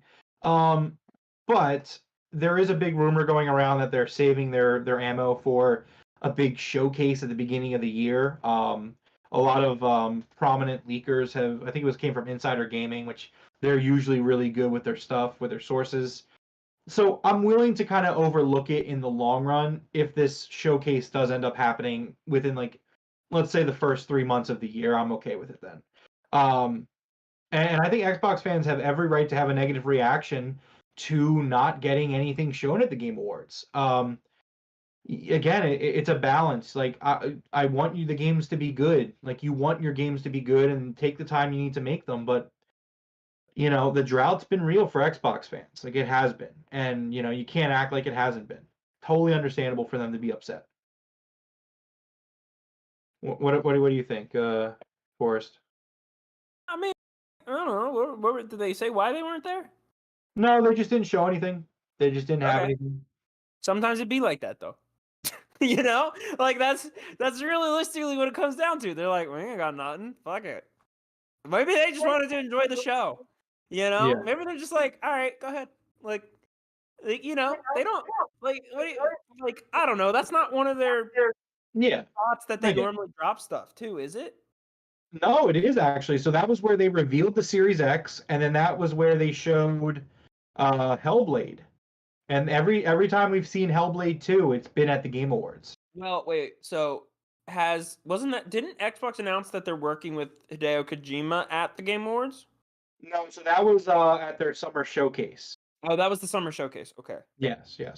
But I mean, like I don't really care. I'm gonna be honest. I didn't even notice. Okay. I'm gonna be completely honest. Like I don't know what's on what console and who's not showing what. For all I know, they're getting all the same third-party games that was shown. Right. But I get what you're saying. Like no first-party games shown. Okay. They ain't done yet. They ain't out the oven. The timer still got 15 more minutes on it. Like, I mean, you're not wrong. We'll have to see what happens. fine with them like making sure it's cooked all the way through and not like gonna give me food poisoning. Yeah, definitely. Again, great analogy there. TJ also asks, after Activision Blizzard, what publisher do you think Microsoft will go for, and which publisher would you like for them to get? So mine's not really available anymore because unfortunately Embracer bought them. But I really wanted Microsoft to go and get Crystal Dynamics, they're the developer of the Tomb Raider reboot games. I love those games and I love that developer. Really wanted to see them kind of pick them up. In terms of who they would go for next, I mean, honestly, it would be a Japanese publisher, maybe Sega. Yeah. So I think Sega makes a lot of sense. Sega's been kind of on the decline. They've closed a lot of their arcades in Japan the past few years, this year specifically, I think. And yeah, I mean they're definitely going down a little bit, unfortunately for them. So I think Sega would be the one they would go for next, but my dream one would be get Crystal Dynamics, but it's too late for that, unfortunately. So my dream one would be Platinum Star. Okay. I don't even know if they're available or not, but you know, Platinum Star knows what they're doing. Or what's the not, they're not, they used to be called Clover. This is Platinum, isn't it? Clover used to be Platinum, or there's members of Clover on Platinum. Not sure on that. I do know Platinum though. Platinum's good. Yeah, so I want like them to basically reunite Clover, which is Capcom's like Beautiful Joe, that whole era. Mm-hmm. I would love that because I want some money pumped back into like some Capcom stuff, but Capcom's fine on their own. So that's why I'm like, okay, go after Platinum Stars or former Clover employees and reform Clover. That's my dream. I could see, and this is weird. This is a little out there. I could see them getting Konami. I could see that too, actually. Yes. And or at least the gaming division, and then putting Hideo Kojima in charge. That'd be wild. That would be the most roundabout. Like, that would make headlines if they did that, you know? Because it's like, oh, remember when Kojima like left? Oh yeah, well he's in charge of it now. Like, whoo, damn, I want to live in that timeline, you know? Yeah. Like, that shit would be dope. Yeah. It's got just enough petty in it too. TJ would like to see Sega or Capcom. TJ says Clover Studio. Yes, I think you're on the same page there. Piano 3, Resident Evil 4, Killer 7, Okami, Beautiful Joe. Yeah, Capcom would be a really nice get for them. Also, you could put all that in Game Pass. That's the idea. See, that's why though. It's like it's not even about making things exclusive for them. It's about making Game Pass the best thing ever. That's their goal. Their goal is get people in the ecosystem and treat them right, and they'll stay. And they'll. Oh my god, you don't know how bad I want to play. I want to replay Beautiful Joe, like especially recently. Like, I wish I could experience that. I have it on the GameCube, so like yeah, it's over there on the GameCube. I was looking for it. I think I still have it. I have all three of them. Yeah, I have all three of the games. Yeah, so I'm like, I want it. I want to play it again, but I'm like, I don't know where I can get it. I'm like, I didn't look that hard, but like, you know, if it's on Game Pass, that I'd actually get Game Pass for a month. Like, you know, yeah, boot up my Xbox One that I haven't touched, or I could even pull in Game Pass from my PC. Yeah, that's why I keep telling you, Game Pass for PC it's there and it's great. So yeah, no, I would actually use it. Yeah, you know. And it's like just to play Beautiful Joe, and then click it off, and then click it back on when I'm ready for Bayonetta 2. Never, and then, you know, but like dude, to get that in the library, I want to play that game so bad. The time stop mechanics were so good. Beat 'em up platforming with time stop mechanics. Yeah, so good. So well, Forrest, I think this has been a huge success having you on. I think that this has been great. TJ, I'm about to give the whole runaround. We are live every single Monday 9 p.m. Eastern, here talking video games and all the news, the headlines, releases, sometimes reviews. We have good topics each week that I try to, figure out for us. But first, yeah, I thought this was great. Would love to have you on again, soon. Sounds good. Yeah. So, Forrest, I'm gonna get ready to close out the show here. Why don't you go ahead and plug your stuff real quick before we get out of here? Where can people find you? Ladies and gentlemen, I am on Twitch, Twitter, Instagram, YouTube, everything's Forest Dude. If you don't find me right away, there should be a ghost behind me. It looks weird. I'm on Twitter, YouTube, and Twitch. Twitch.tv/Forest Dude. Twitter is Forest_Dude. YouTube is @Forest Dude. I'm on everything. If you don't want to go on Twitch, then hang out and wait at the YouTube because we drop highlights, clips, and bits on YouTube. I'm trying to do every Wednesday. I'm pretty bad with uploads, but I try to do every Wednesday, at least one a week. I hit it two times, two in a week, 2 in a row. Well, yeah, you definitely do some great work over there. I mean, I checked, like I said, I hop into your streams when I have time, and it's always just seems like a blast. But yeah, so just for context, I was screaming about if you're wait, no, let me get you on this. Let me get you on this real quick. Okay. Are you team napkin or team paper towels? Okay, so I voted on your tweet. Okay. Right? Team napkin. What? Yes. So hear me out. Okay, hear me out. So hold on. So context matters. The kind of napkin matters. Like, are we talking like napkins from like a pizza place where they're like really thin, or are we talking some napkins, some nice napkins? Because here's the thing: napkins are softer than paper towels. Me personally, I get some sinus issues sometimes, so sometimes I need napkins for, to blow my nose when I'm out, and out and about, or even, eating upstairs or whatever. So paper towels, way too rough on the nose for me. So that's a personal reason why I always go with napkins. Other than that, napkins have better presentation. They're more neat looking. If you're setting a table, it looks way better to have napkins than podcast. Jesus Christ, paper towels. You can tell it's been a long day for me. When they set the podcast at the table. You can tell it's been a long day for me. I was looking at TJ's chat when I was speaking. But napkins look nicer than paper towels. Depending on the napkin, you can get just as much soak up or whatever you call it than a paper towel. Absorption. Thank you. Yeah, I'm team napkin, man. Nah, dude, that ain't even. I saw somebody voted napkin right at the end of my stream, and I just started screaming. Like, everyone in my chat is team paper towel, and they were just like, no doubt, paper towel. Like, dude, paper towel, man. It's got towel in the name. You can use it for anything. It is more absorbent than a napkin. A single sheet of a paper towel does what 4 folds of the crappy paper napkin does. Okay? Delicate nose can't handle the boo boo blah blah rough. Oh no. My response is napkin better. No. It is. No.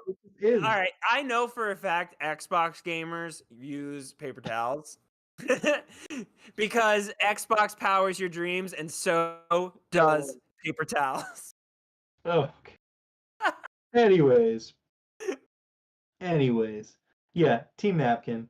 So that's where you can follow. You can follow us on our socials down below. Please follow us on Twitter. We have a YouTube channel as you're currently watching us here. This is the Game Room episode 7.